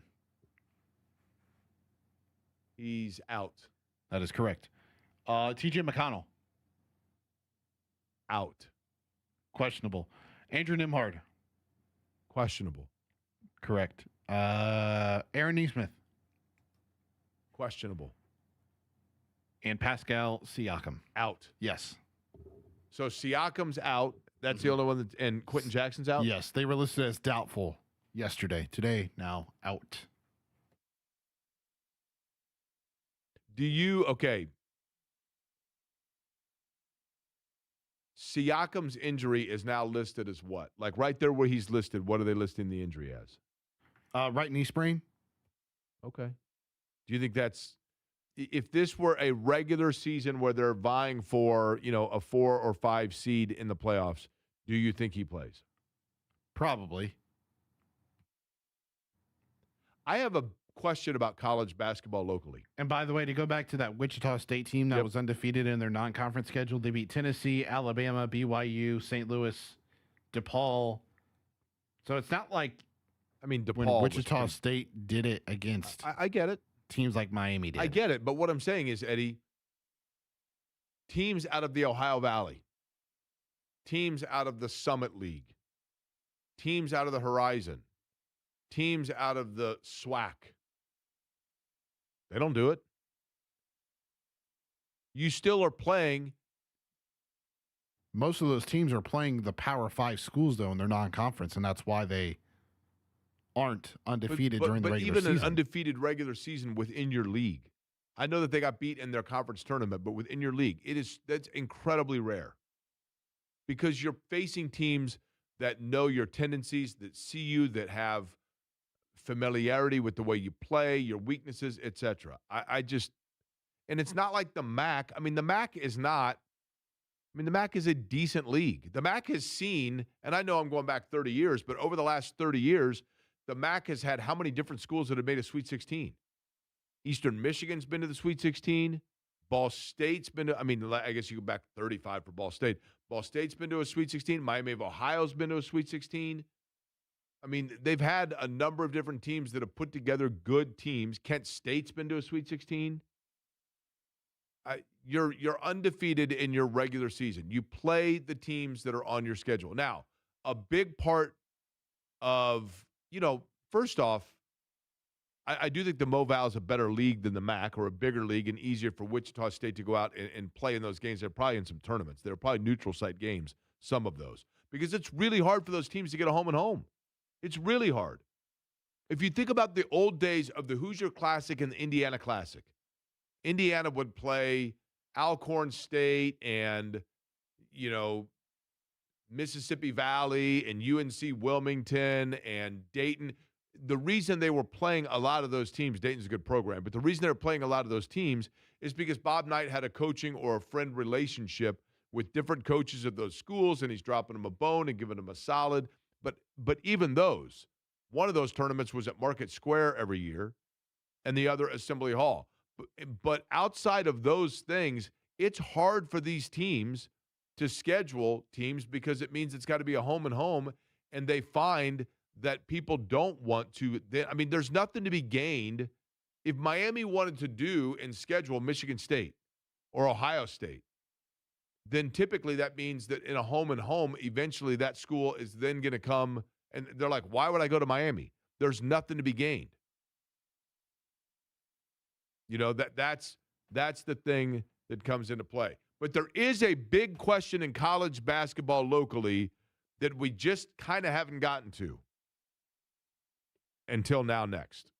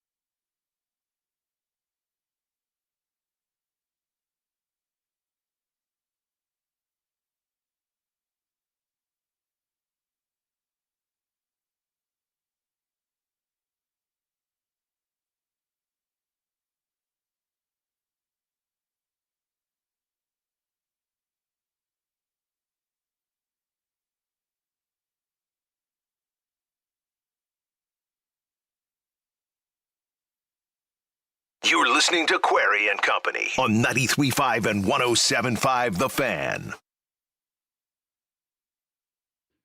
Let me begin this point with a brief story, if you will. Years ago, and this would have been 99, 2000, 99, I think. I was working at Channel 6. I was, just doing whatever I needed to do to try to be a part of the team, so to speak. And word got out that Barry Collier was a front runner for the Nebraska job. And everybody's kind of scrambling like, man, is Butler going to lose their coach? And this was right when Butler started to make their rise. And Barry Collier had done just a remarkable job. And we got word somehow that Barry Collier was having a dinner party at his house. And so I went with a photographer that Ed Sorensen basically said, like, hey, I got to put my show together, whatever. I'm going to hand you a microphone and go with Otis Jones or whoever it was and go to Barry Collier's house and try to interview him and see if he's leaving Butler. So we go there, and Barry Collier, could not have been nicer. And I think there was another TV station that was with us, actually. Couldn't have been nicer. Came out on his front porch and kind of gave vague answers, whatever else. And then it was off and running. And once it was determined, I can't remember if he said that night, yes, in fact, I'm going to Nebraska, or what the timeline was. But then the question became, so where does Butler turn? And I remember going back to Hinkle Fieldhouse to interview assistant coaches about this news. And this young, very personable, likable assistant coach pulls all of us into his office, basically. Says, guys, I want this job, man. I really want this job. I'm not saying, but can you, don't rule it out because I think I can do a good job. And it was Thad Matta, young coach. And he got the job, and then obviously very shortly thereafter went to Xavier. And when he was at Xavier was the host facility for the Pacers training camp before the Pacers season began. So all of us in the local media went to the Cintas Center to cover the Pacers, and there's Thad Matta, who obviously we knew by then because he had been with Butler and taken them to Kansas City in the tournament where they blew out Wake Forest, lost to Arizona, and then he gets the Xavier job.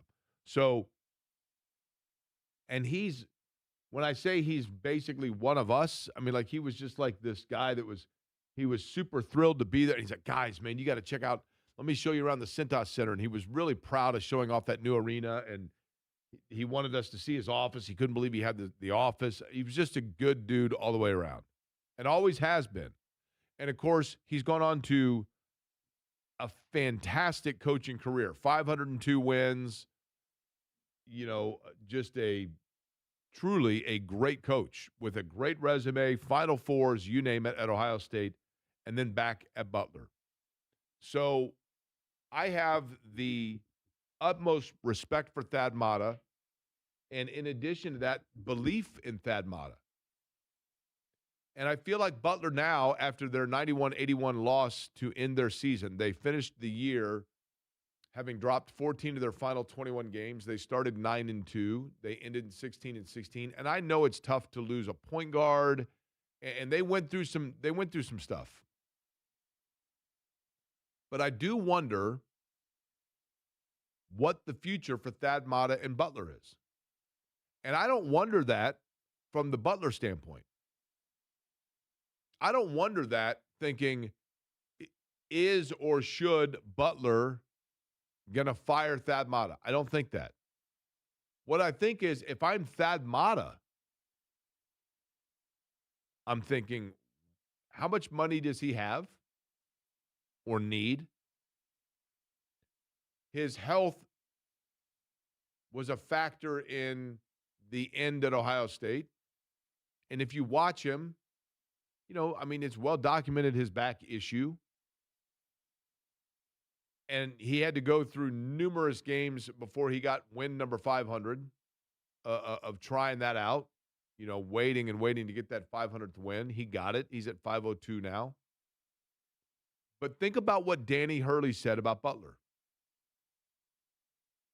And think about what Danny Hurley said after the Butler game to the media. Connecticut defeats Thad Matta and Butler, and at the midcourt after the game in the handshake line, Danny Hurley speaks to Thad Matta for, longer than a normal handshake. Then he goes on television and says, hey, this guy is a great coach with resources. And then he holds a press conference, or in the postgame press conference says this. I have an idea of what they've spent. I have an idea what they spent, and he should get Big East Coach of the Year for what he's done, what he did with that team in a non-conference before he lost the starting point guard, and then before he's lost his backup point guard. That guy, I coached against Coach when he was at Ohio State. I obviously followed him when he was at Butler. When I was at Rhodey, he went, he beat my ass, I think in year one or year two there, one of his great Ohio State teams. When it was college basketball, recruiting, developing, culture, building a program, player development, before this turned into the G League, he was, one of the best coaches. So if you give him money and, you give him $8-9 million a year or more to actually, build a team that can compete for championships, he'll do it as good as any of the coaches in the Big East. He's as good as any coach in our league. And I began to wonder, and I say this in total support of it, knowing that when he was a young coach that wanted that job, that Thad Matta was not afraid to say, guys, can you speak on my behalf? Or can you mention me as a candidate? Is it possible that when he spoke to Danny Hurley at some point, maybe even just as buddies, that he said and didn't say, hey, can you have my back here and speak this out? But did he voice that to Danny Hurley, and thus Danny Hurley voices it to the world? It wouldn't surprise me at all if Thad Matta just decides, you know what, it's been a great run. I've made a ton of money. I've won 500 games now. And I was able to finish it at the place that I love where it started. And if that's the case, then I think Butler needs to say, we're in the Big East now. We're doing a national search, and it doesn't always have to stay in the family. But let's see what's out there. Now, what also is out there, by the way, is indoor football here in the area. Fisher's Freight getting ready to get underway. Eddie, we have tickets to give away, correct?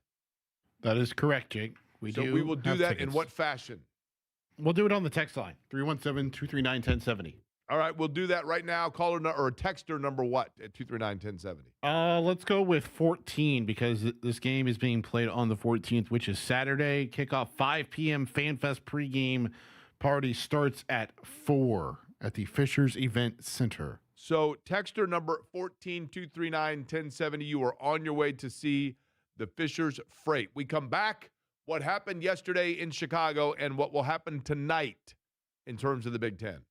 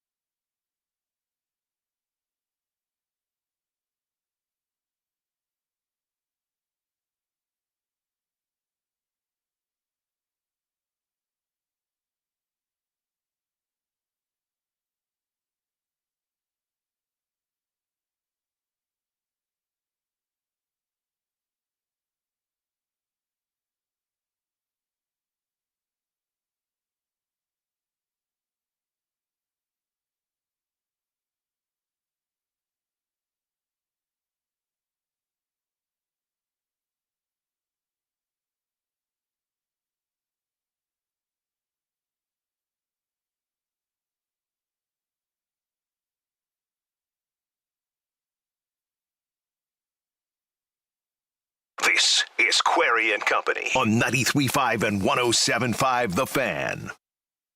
By the way, this makes sense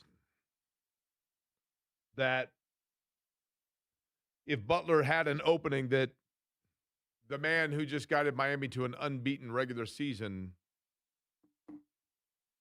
Steele, would be a candidate for Butler. That makes perfect sense. Travis Steele? Yeah. I mean, obviously a local guy. That would certainly make sense. I feel like,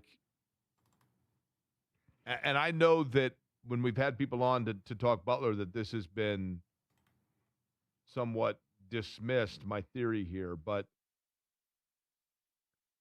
I've always felt like the Butler job, the challenge is this weird in between. And I totally understand why Butler went to the Big East. I completely get it.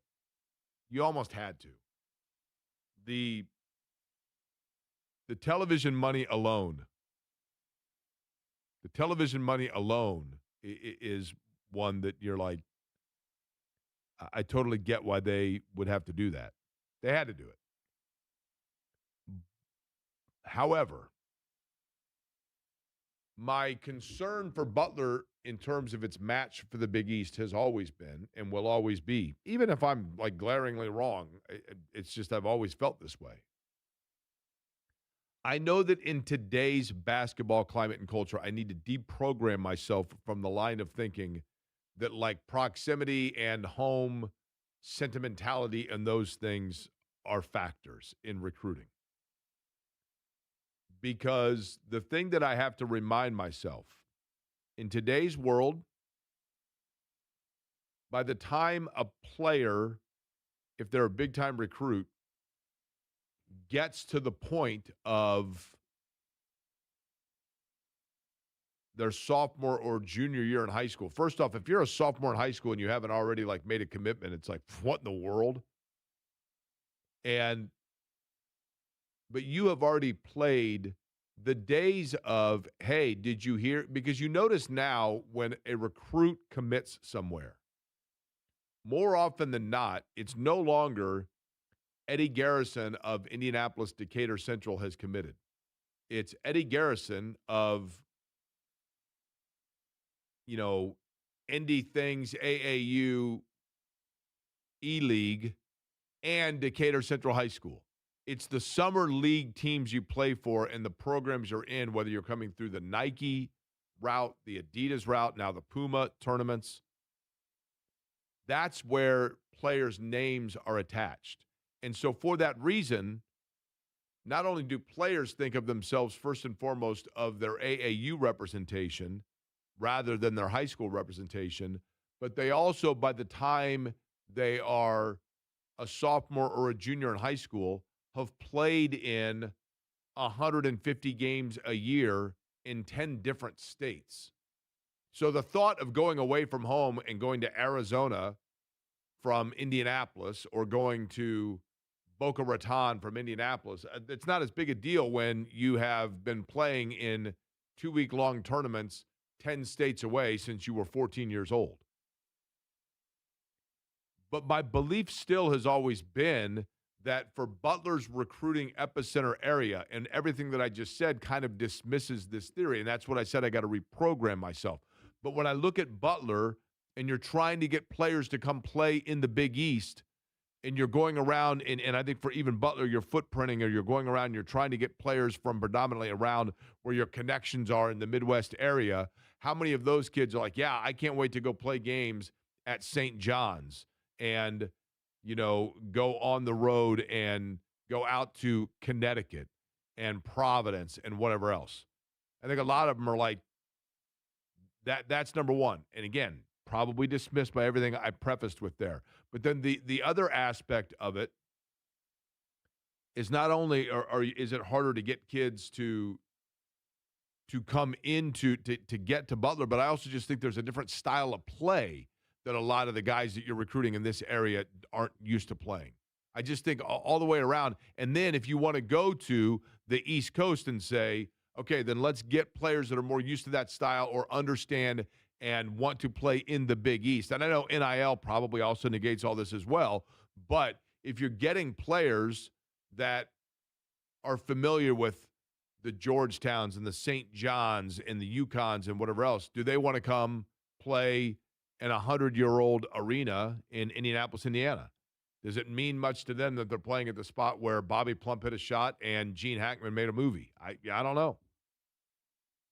But the other thing that happened last night in college basketball was that happened in Chicago. And I want to get back into this. Darren DeVries just finished his first year with Indiana. And it would be very easy for me, probably even expected of me, to come on the air today and to sit here and to do nothing but shred up and down Indiana and everything about it. It'd be easy for me to do that. It'd be the low-hanging fruit. I could come in here right now and I could say, this is a program that when Cleveland State beat them in 1986, everyone in the entire state was on the floor because Purdue fans were laughing about it and Indiana fans were incredulous about it because a Bob Knight coach team had never lost in the first round of the NCAA tournament. 14 years he was there before it happened. Never lost in the first round of the NCAA tournament. And this is a program that, with Miami's loss today, is still the one to have produced the last unbeaten in college basketball.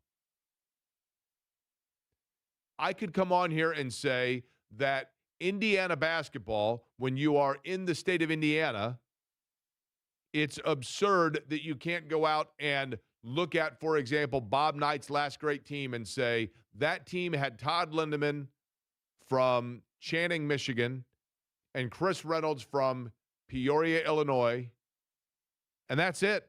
The rest of the roster was kids from Indiana. And there's no reason that shouldn't continue because that's what Indiana fans pride themselves on, except for that those players now are going to West Lafayette. But I digress. I could sit here and say, this is absurd. Indiana needs to not go into the NIT or any other tournament because it's Indiana. That's why. You want to know why we're turning this down? Because we're Indiana. I could go into all of that. I could go into the fact that I don't care if they had to go into the bargain bin clearance rack at TJ Maxx to put together their roster because of when Darren DeVries was hired and how they had void all over the place. And they did have NIL money, but they were getting there late in the game to get the guys they got. And most of them were guys that were basically non-Power 5 level players. I could go into that if I want. I could do all of that. And I could sit here and say and speak the part of those Indiana fans that I grew up knowing and being around and going to school with. And I was the king of them. The king of them. I was as big an Indiana fan as you got. I was as obnoxious and as irrational as any of them. But I'm going to tell the Indiana fan base these two things. Number one, there is a truth to this. There is a truth to the fact that while I can appreciate and respect and align and understand and even feel to some extent all of those emotions you have, they are toxic. They are toxic. And they are why, while you hang your hat on the fact that you believe that the Indiana job is the best job out there, and you believe that someone like Dusty May was dreaming of the day that Indiana was going to call, and you believe that Brad Stevens, it's only been timing for the reason that he's not in Bloomington. You believe all of those things. There is an element of truth to the fact that part of the reason that coaches don't take the phone call or don't consider it is because of the toxic nature of the fan base, because of the expectations of continuing exactly what I'm talking about, living up to the standard of a coach that left there literally a quarter century ago. A quarter century ago. And while it would be easy for me to sit here and pile on and rip on Indiana and rip on Darren DeVries, it's actually more the harder, I guess, thing to admit is that this is who you are. Indiana this year should not play in a non-NCAA tournament, not because they're above it, but rather because they are in a situation after 25 years of continued futility and non-grasp of reality that now they're in a situation where they hired a coach who had to put together a roster late, the core pieces of which all have expired their eligibility, and there is no reason to go out and play games to build for next year with your roster because the guys that would be playing minutes in those games aren't going to be here anyway, and most of them probably already are packing up their U-Haul in Bloomington. For the same reason that Indiana, after winning the national championship in college football, had to do a sub-0 degree outdoor deal at Memorial Stadium because they couldn't wait a week because their core pieces were getting ready to go and start their NFL interviews and workouts and were leaving Bloomington after a 4-month tenure there, because that's the era we live in now. And the era that Indiana basketball is living in now is one of two things. You can either sit around and fret and bemoan and feel like you are entitled to a better coaching performance in year number one and feel like you're entitled to bypassing a non-NCAA tournament bid because you're above that, and feel like you are entitled to talking about the banners that you've won and the elite nature of being a blue blood program, or you can accept the fact that for the last 25 years, your program has been on par with Texas A&M, with Minnesota, that in 25 years, you've had 7 seasons where you were 500 or above in your conference. For this decade, you have 1 NCAA tournament win. And for those reasons, at some point, you have to come to the grasp and the reality of who you are. It's a harsh lesson. It's a tough pill to swallow. But you have to come with, if you finally want to turn the corner towards progressing where it is that you want to return, you have to at first be aware of and realistic as to your starting point. And for Indiana, that starting point is all over. By all over, I mean you're starting all over again. And for Darren DeVries, yes, there were some areas where I thought they regressed this year. Yes, I thought he played his son too many minutes in games where he could have been developing, say, a Trent Sisley. I do. But he's been there 1 year. And you can't judge it based on 1 year until you can bring in an entire roster that are guys that he looked over, that he picked with the proper amount of time, and he has the mix of organic freshmen and veteran players that are brought in to complement it, and the NIL money, and Ryan Carr now is an executive director. And yes, I'm very good friends with Ryan Carr. I think the world of him. But I also have been an Indiana fan for a really long time. Ryan knows that. And for that reason, instead of sitting here and saying, blow it up, fire the coach, start all over again, you got to be realistic as to who you are. First off, if you were to fire Darren DeVries after this year, good luck finding anybody. Because it's going to be seen again to coaches as, I don't want to go there because look how irrationally toxic these people are. Indiana got beat for the 7th straight time by Northwestern. That is almost impossible to state without stopping to go, really? 7 straight times to Northwestern. And then after the game, to have the coaching staff say, well, we really kind of wore ourselves down over the course of the year. What? Every team's playing 30-plus games. Everybody is. Everybody is. But be realistic about who you are. And who you are is a program that a year from now, we will get better glimpse as to whether or not the founding structures of the house are solid enough to uphold it. But we're just now finding out what the frame of the house is. And yeah, I think a lot of people this year would have been disappointed by it. And as it stands right now, the NCAA bubble is so bad that Indiana still hasn't been pushed off the patio of trying to get into the party. They're standing out there with Sherman trying to get in Stifler's party, and lo and behold, they haven't been pushed off the patio or the porch yet because it's like, yeah, I mean, everybody else, what's Auburn done? What's SMU? I mean, all these other teams, nobody's exactly pushing their way to the front.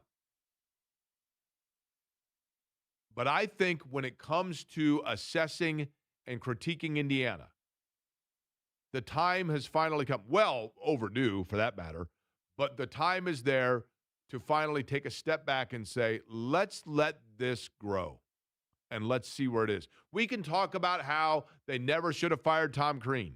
We can talk about how Archie Miller, after hours, got swallowed by the pressure of that job and couldn't live up to it.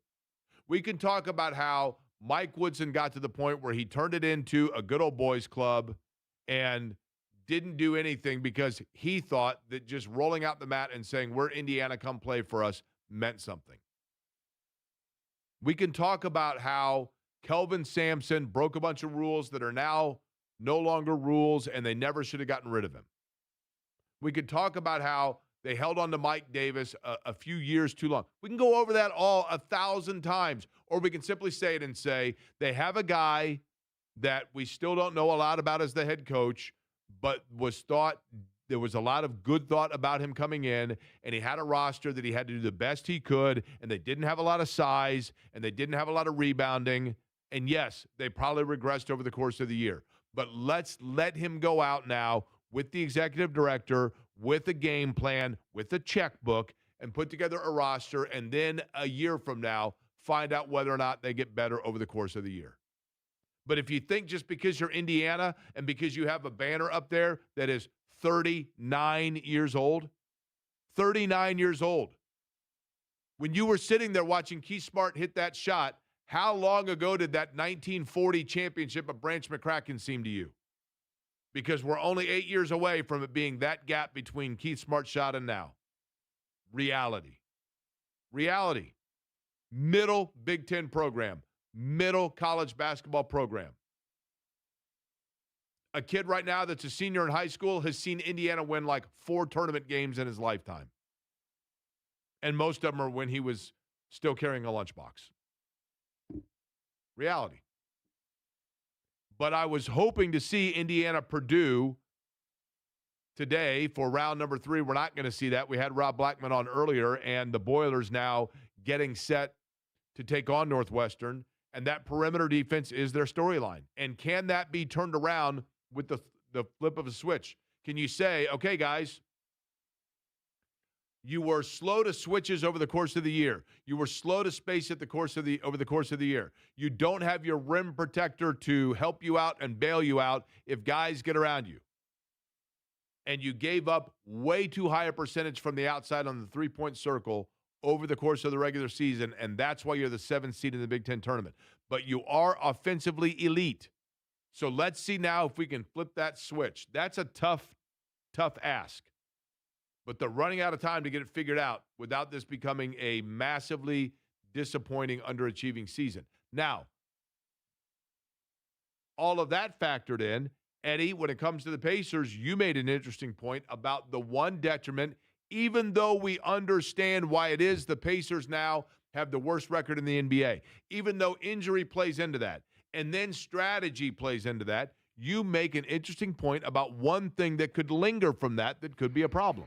Yes. I also have something I want to ask you. You've talked about NIL and just the nature of, hey, will these people that are funding these collectives in the NIL for schools stop spending once you've reached like the pinnacle? And like, it's like, okay, well, I've seen them win now. Like, do I just keep doing this to keep winning, or do I take my money elsewhere? Do I start saving? Whatever the case may be. On the other side of this is, well, how long do these people or keep donating or supplying their funds when the return on investment isn't there? And like to go to the Indiana perspective, this was a $10 million roster. It was a $10 million budget that IU basketball had, and that is the product that you put together. If the return on investment for $10 million is going to be that every year, then that NIL money that you have, the treasure trove of funds, is going to start going the wrong way. I believe this. And by the way, the point you made about the Pacers was if you're losing games, even if you aren't worried about losing them, does that become a habit that's hard to break out of it? It's a very fair point. Like, are you going to have issues getting back to like finding ways to win late after all these games this year where, oh, no, we can't win this. We need to make sure we lose. Or is it in being able to focus on those small, minute details? Okay. Your question about NIL is a fabulous question. And I believe I have your answer. It's a great discussion. We'll do it next.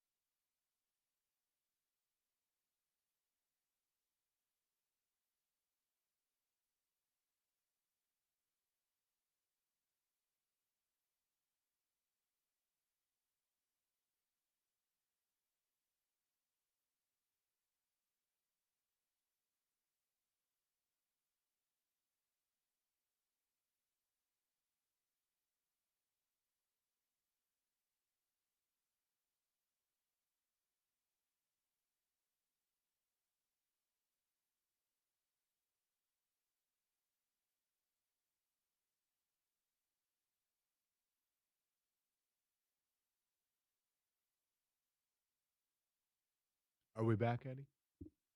Yeah, sorry. Was talking with Cotton Jim, digital guy. We were talking about the new dig in there and totally lost space where we had in the break. It's okay. Yeah, sorry about that. You know, here's a thought I had the other day. Yeah. You're in kind of a fishbowl there, right? Yeah. Should we put a note on the door there that says, reminder, this is a live broadcast from noon to 3? We should, even though it is a dog and pony show. Yeah. It is a dog and pony show. Okay, you mentioned NIL, and I think you raise a very interesting point. And by the way, good afternoon to you. My name is Jake Query. That is the voice of Eddie Garrison. It is Query and Company here on 93.5 and 107.5. The Fan, we've talked a lot today. Daniel Jones spoke earlier to the media press conference while we were on the air. I guess nothing totally earth-shattering came out of that, but he is scheduled to join on the radio station sometime today. My presumption and assumption is that it's going to be with JMV, and we'll find out from John perhaps with the crossover what time exactly that is going to be. But we talked about, obviously, the Colts, and in addition to that, Indiana last night, Purdue in action. There was a great game that just finished in the Big Ten tournament, correct, Eddie? Ohio State and Iowa. For the majority of the game, the Buckeyes were leading. They were up, I think, like 15 at one point in the second half. And I look over, and the Hawkeyes make this, like, ferocious comeback. And Ohio State misses a free throw that would have made it a 4-point game late. Iowa calls a timeout. They're able to inbound the ball, get it down to the Ohio State side of the court, call another timeout, get the play they want, draw up a wide-open three, clank. In the game, Ohio State advances in the Big Ten tournament. So that's probably not good news for Indiana, by the way. Well, I think it is, Jake, because when you think about it, I don't know if Iowa was in the field or not, if they were in the tournament, if they were a team. Which made no sense to me because Ohio State was 8 in the Big Ten tournament or the Big Ten conference, and Iowa was 9, and Ohio State was such a bubble team. But I think with the win over Indiana and the way that the Buckeyes have been playing lately, I think Ohio State is in the field. Yeah, I think at this point, Ohio State's definitively in, right? As a matter of fact, the latest bracketology from this morning had Iowa as a 9 seed. They have Indiana as the first out. I think what we're going to see moving forward, Eddie, is this. And we talked about this from a football standpoint, but it's true in basketball as well. I think what you're going to see right now in football, Texas Tech has the best chance of being next year's Indiana. A team that just all season long, you're like, holy cow, look at these guys. Indiana has a chance to be next year's Indiana as well. Don't get me wrong. But what I'm saying is Texas Tech was a college football playoff team this year, and they loaded up defensively in the portal and through NIL because they've got that all that landman money. They got all that West Texas oil money. And the boosters and the fans and the alum and the businesses of Texas Tech said, let's go. Let's just spend it. Now, that's well and good in the now, in the immediacy. But you have, to your point, Eddie, and this is always going to be the case. We'll call it the Laker phenomenon. I remember when the Lakers signed Karl Malone, Gary Payton. I think they already had Pau Gasol. And it was like, man, just hand him to Larry O'Brien right now. And they got swept in the finals. There are certain teams that you look at them and you say, it is unreal how good these guys are going to be. And you just never know. Injuries come into play. Chemistry comes into play. Transfers come into play. Any number of things.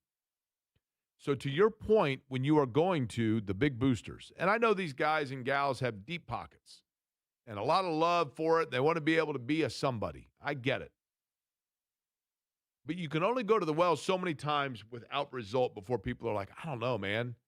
You came to me a year ago and you told me that like for $20 million, we were going to get this quarterback. Or, $20 million's high, but you get what I'm saying. For $3 million, you needed $3 million to get this quarterback. And initially, remember, it was going to be that NIL was going to allow guys to get some pizza and take their girlfriend to a movie. Now you got Fernando Mendoza playing for 4 months for Indiana for $3.5 million. And they upped that price for the quarterback next year. And you got the kid. Everybody thought it was crazy when the quarterback that's at UCLA told Tennessee, unless I get $1.5 million, I'm out of here, or $3 million or whatever it was. And he's making $1 million a year now. Nico Iamaleava? Yeah. And well done. Nico Iamaleava, is that what you said? I think that's right. Okay. But either way, it's become the wild, wild west big-time business. What I think we're going to see are mini dynasties. Because I think, to your point exactly, Eddie, give me a college basketball program off the top of your head that's a decent team, decent program, but not like they're never necessarily the total best, but they're good. They're fine. Up until this last year and this year, I would say Florida. Okay, Florida. I mean, Florida won back-to-back national titles, and, okay, sure. Yeah, but since then, it hasn't really done much. Well, I'm talking about one that's never had Minnesota. Nebraska? Okay. Minnesota. Nebraska's a good one. So let's say that we'll take Nebraska. So Nebraska goes to the guy that owns the largest corn processing plant in Omaha, and, every state has this, right? The guy that, for crying out loud, Indiana largely has the booster network of a guy that invented heart stents. You know what I mean? And he's worth billions of dollars. He's the wealthiest person in Indiana. And people are like, really? Yes. The Cook Corporation. So in Nebraska, there's some guy that owns some huge corn processing plant. And nobody realizes it, but he's worth $2.5 billion. And this guy lives, eats, breathes, sleeps Cornhusker sports. And so he says, you know what? I've seen Tom Osborne. I've seen Tommy Frazier. I've seen the era of dominance of Nebraska football. I'm going to do it now with basketball. So he goes to Fred Hoiberg and he says, I'm going to write you a check for 4 years to build the best team you can get. And Nebraska is going to go out and they're going to use that NIL money, and now all of a sudden they're getting dudes. And they are playing at an incredibly high level, and they are something to be had.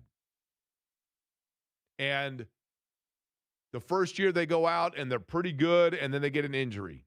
And then the second year they go out and they get to the Elite Eight and they get beat. And that guy's like, oh, man, that was awesome. If we can only get – and then the third year, one guy finds out he's dating the shooting guard's girlfriend, and the small forward's mad because his sister actually was seen on campus with the center, and chemistry problems happen, and everything goes awry, and they go 22-10. And then the third year, they make it to the Sweet 16 and done. And so they win like 4 tournament games in 4 years with this particular group. And Fred Hoiberg goes back to the guy and goes, well, that wasn't exactly what we wanted, but I know you gave me $15 million. I can get a better roster next year for $18 million. And let's say they do it again and they fall short and they don't win a title. How many times can you go to that guy before he goes, you know what? I'm actually on to something else now. I discovered cryptocurrencies, and that's fun, and so that's my new hobby. And you can only go to the well when you are funding things. And I know when I say private funding, I know that some of this is corporate, whatever else. But you can only go when you have that hopper into it so many times to the same resource before eventually, unless you are delivering, either A, people are going to say that they're not getting, to your point, return on investment, Eddie, or B, their interests shift to something else and they're on to something. How many things in life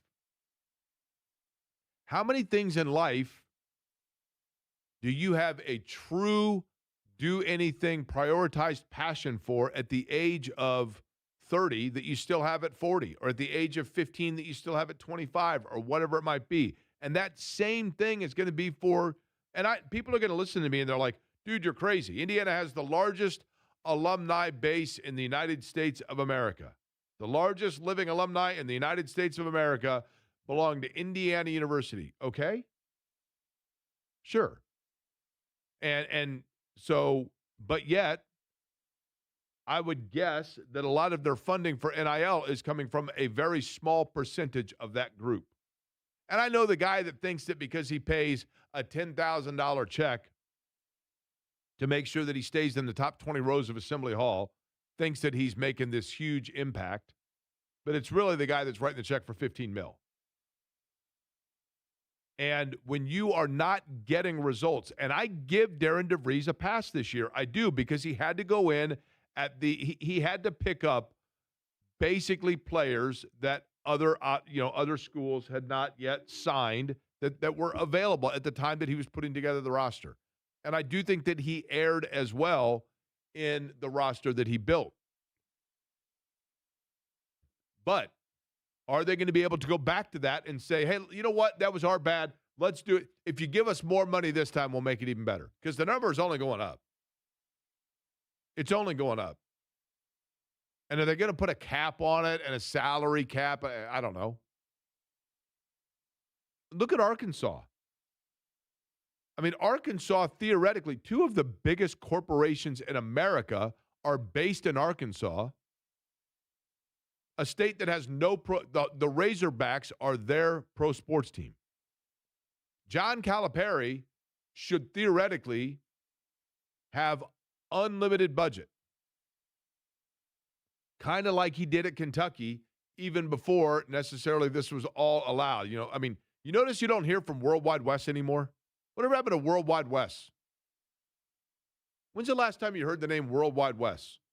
He was the guy pushing all the strings, he was the behind-the-scenes guy, allegedly, at least for Kentucky. But now everybody can be a Worldwide West. You don't have to hide it anymore. You don't need that middleman. And Kentucky had it, and Calipari, and I think the world of Calipari in terms of his ability to mesh personalities and grow young players and build it. And he had an empire going on in Kentucky there. An empire. He won one title. Right? And with all those NBA, but you can't go, I'll go tonight to the Pacer game, and I'll grab the little program, and I'll look at it, and there's three different guys on the floor that, I'm like, oh, yeah, I forgot about that guy. He left Kentucky after a year. All over the place in the NBA. But eventually, he started going after the players based on the prestige and the stars and the AAU and not what was meshing and molding together as a team. So you got to be smart. You got to spend smart. And if you don't spend smart, not only do you not get return on investment, but it also then becomes harder to get those people to get their checkbook out a second time. You're exactly right, Eddie. And it's for that reason that I think we're going to see teams that put together a 4 to 6 year window. Clemson football, win a ton of games, be the class of the field, and then backpedal back to the masses for 8 to 10 years before people get hungry for it again, and then boom, you come back again. It's going to be very up and down. It's going to look like the Dow Jones line in terms of, sure, there are those teams, I guess, that are always going to be in the elite. But even those have years where the Blue Bloods, Kansas had Josh Selby, remember? Everything was over when they got Josh Selby. Hang the banner. Andrew Wiggins, hang the banner. Peterson, hey, we got 28 minutes from him last night. Hang the banner. It's all cyclical. JMV is on remote. We'll do the crossover brought to you by the good guys at Love Heating and Air. Love-HVAC.com is the website. 317-353-2141 is the telephone number. And it looks like I think he's going to have Daniel Jones. We'll find out exactly what time he's got Daniel Jones. We'll do it next.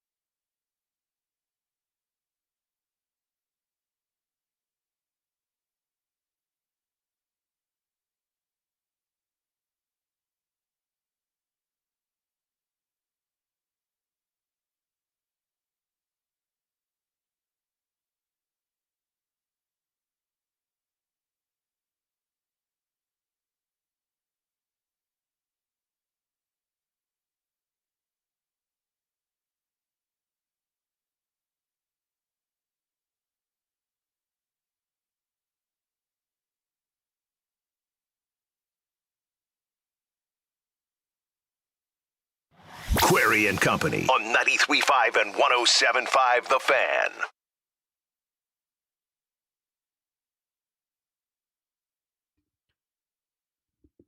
Statement from Indiana State basketball, by the way, from their athletic director and Matthew Graves, just about their disappointment over the course of this year and the way that the year went.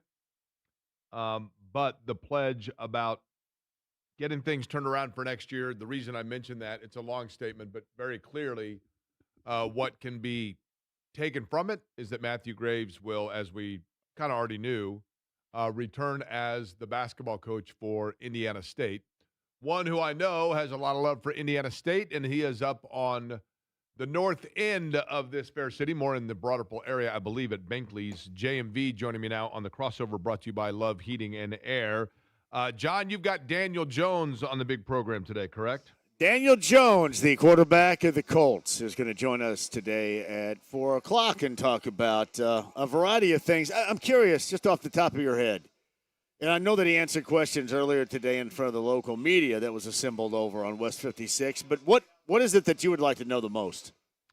What I would like to know is, did he agree to terms with the Colts simply because that's where he wanted to be, or because he kind of learned that the free agency market for him was drier than he anticipated? Well, that's exactly how I'll phrase that. Was the free agency market really dry for you other than right here? Yeah, that would be. I love it. You know what I mean? I love it. Yeah, no. You're absolutely right. Here's the other thing I want to know is, had he ever heard of the transition tag until he got slapped with it? What do you think? Especially considering the last guy to get it done was Jeff George. I mean, Yes. You know what I mean? Like, it's not like this. Shout is out to used Jeff. regularly. Shout out to Jeff. Jeff George and the Dairy Queen in Westfield. That's a Jeff George Dairy Queen. That is correct. That is indeed yes, it correct. is. Shout out to Jeff right there. I also want to know this. Yeah. I don't know that we will know this, John, but you know what we haven't heard much about? We haven't heard anything since he was told that it was okay for him to go ahead and put it up on LinkedIn. How many teams have called Anthony Richardson? Exactly. Well, and I'm glad you brought that up, because that's something that I had thought about, was asking him about the relationship and how it was last year and moving forward, because, at some point you would have to think that has to end, and then he does find another spot. How much of you, Jake, sits there downtown right now and believes that Anthony Richardson will be a part of this franchise coming up this season? Any part of you whatsoever, or is it done? Here's the thing. It feels like it's done, because I just don't see how constructively you continue it, except for I don't know where else he'd go, honestly. I mean, if there's no takers, what do? Do you release him altogether? Well, if you have one option, as we just kind of referenced with Daniel Jones on the market, how many options are you going to have for Anthony Richardson? Especially, are you going to go someplace where you know that for the most part your starter is going to be your starter and stay healthy the entire year?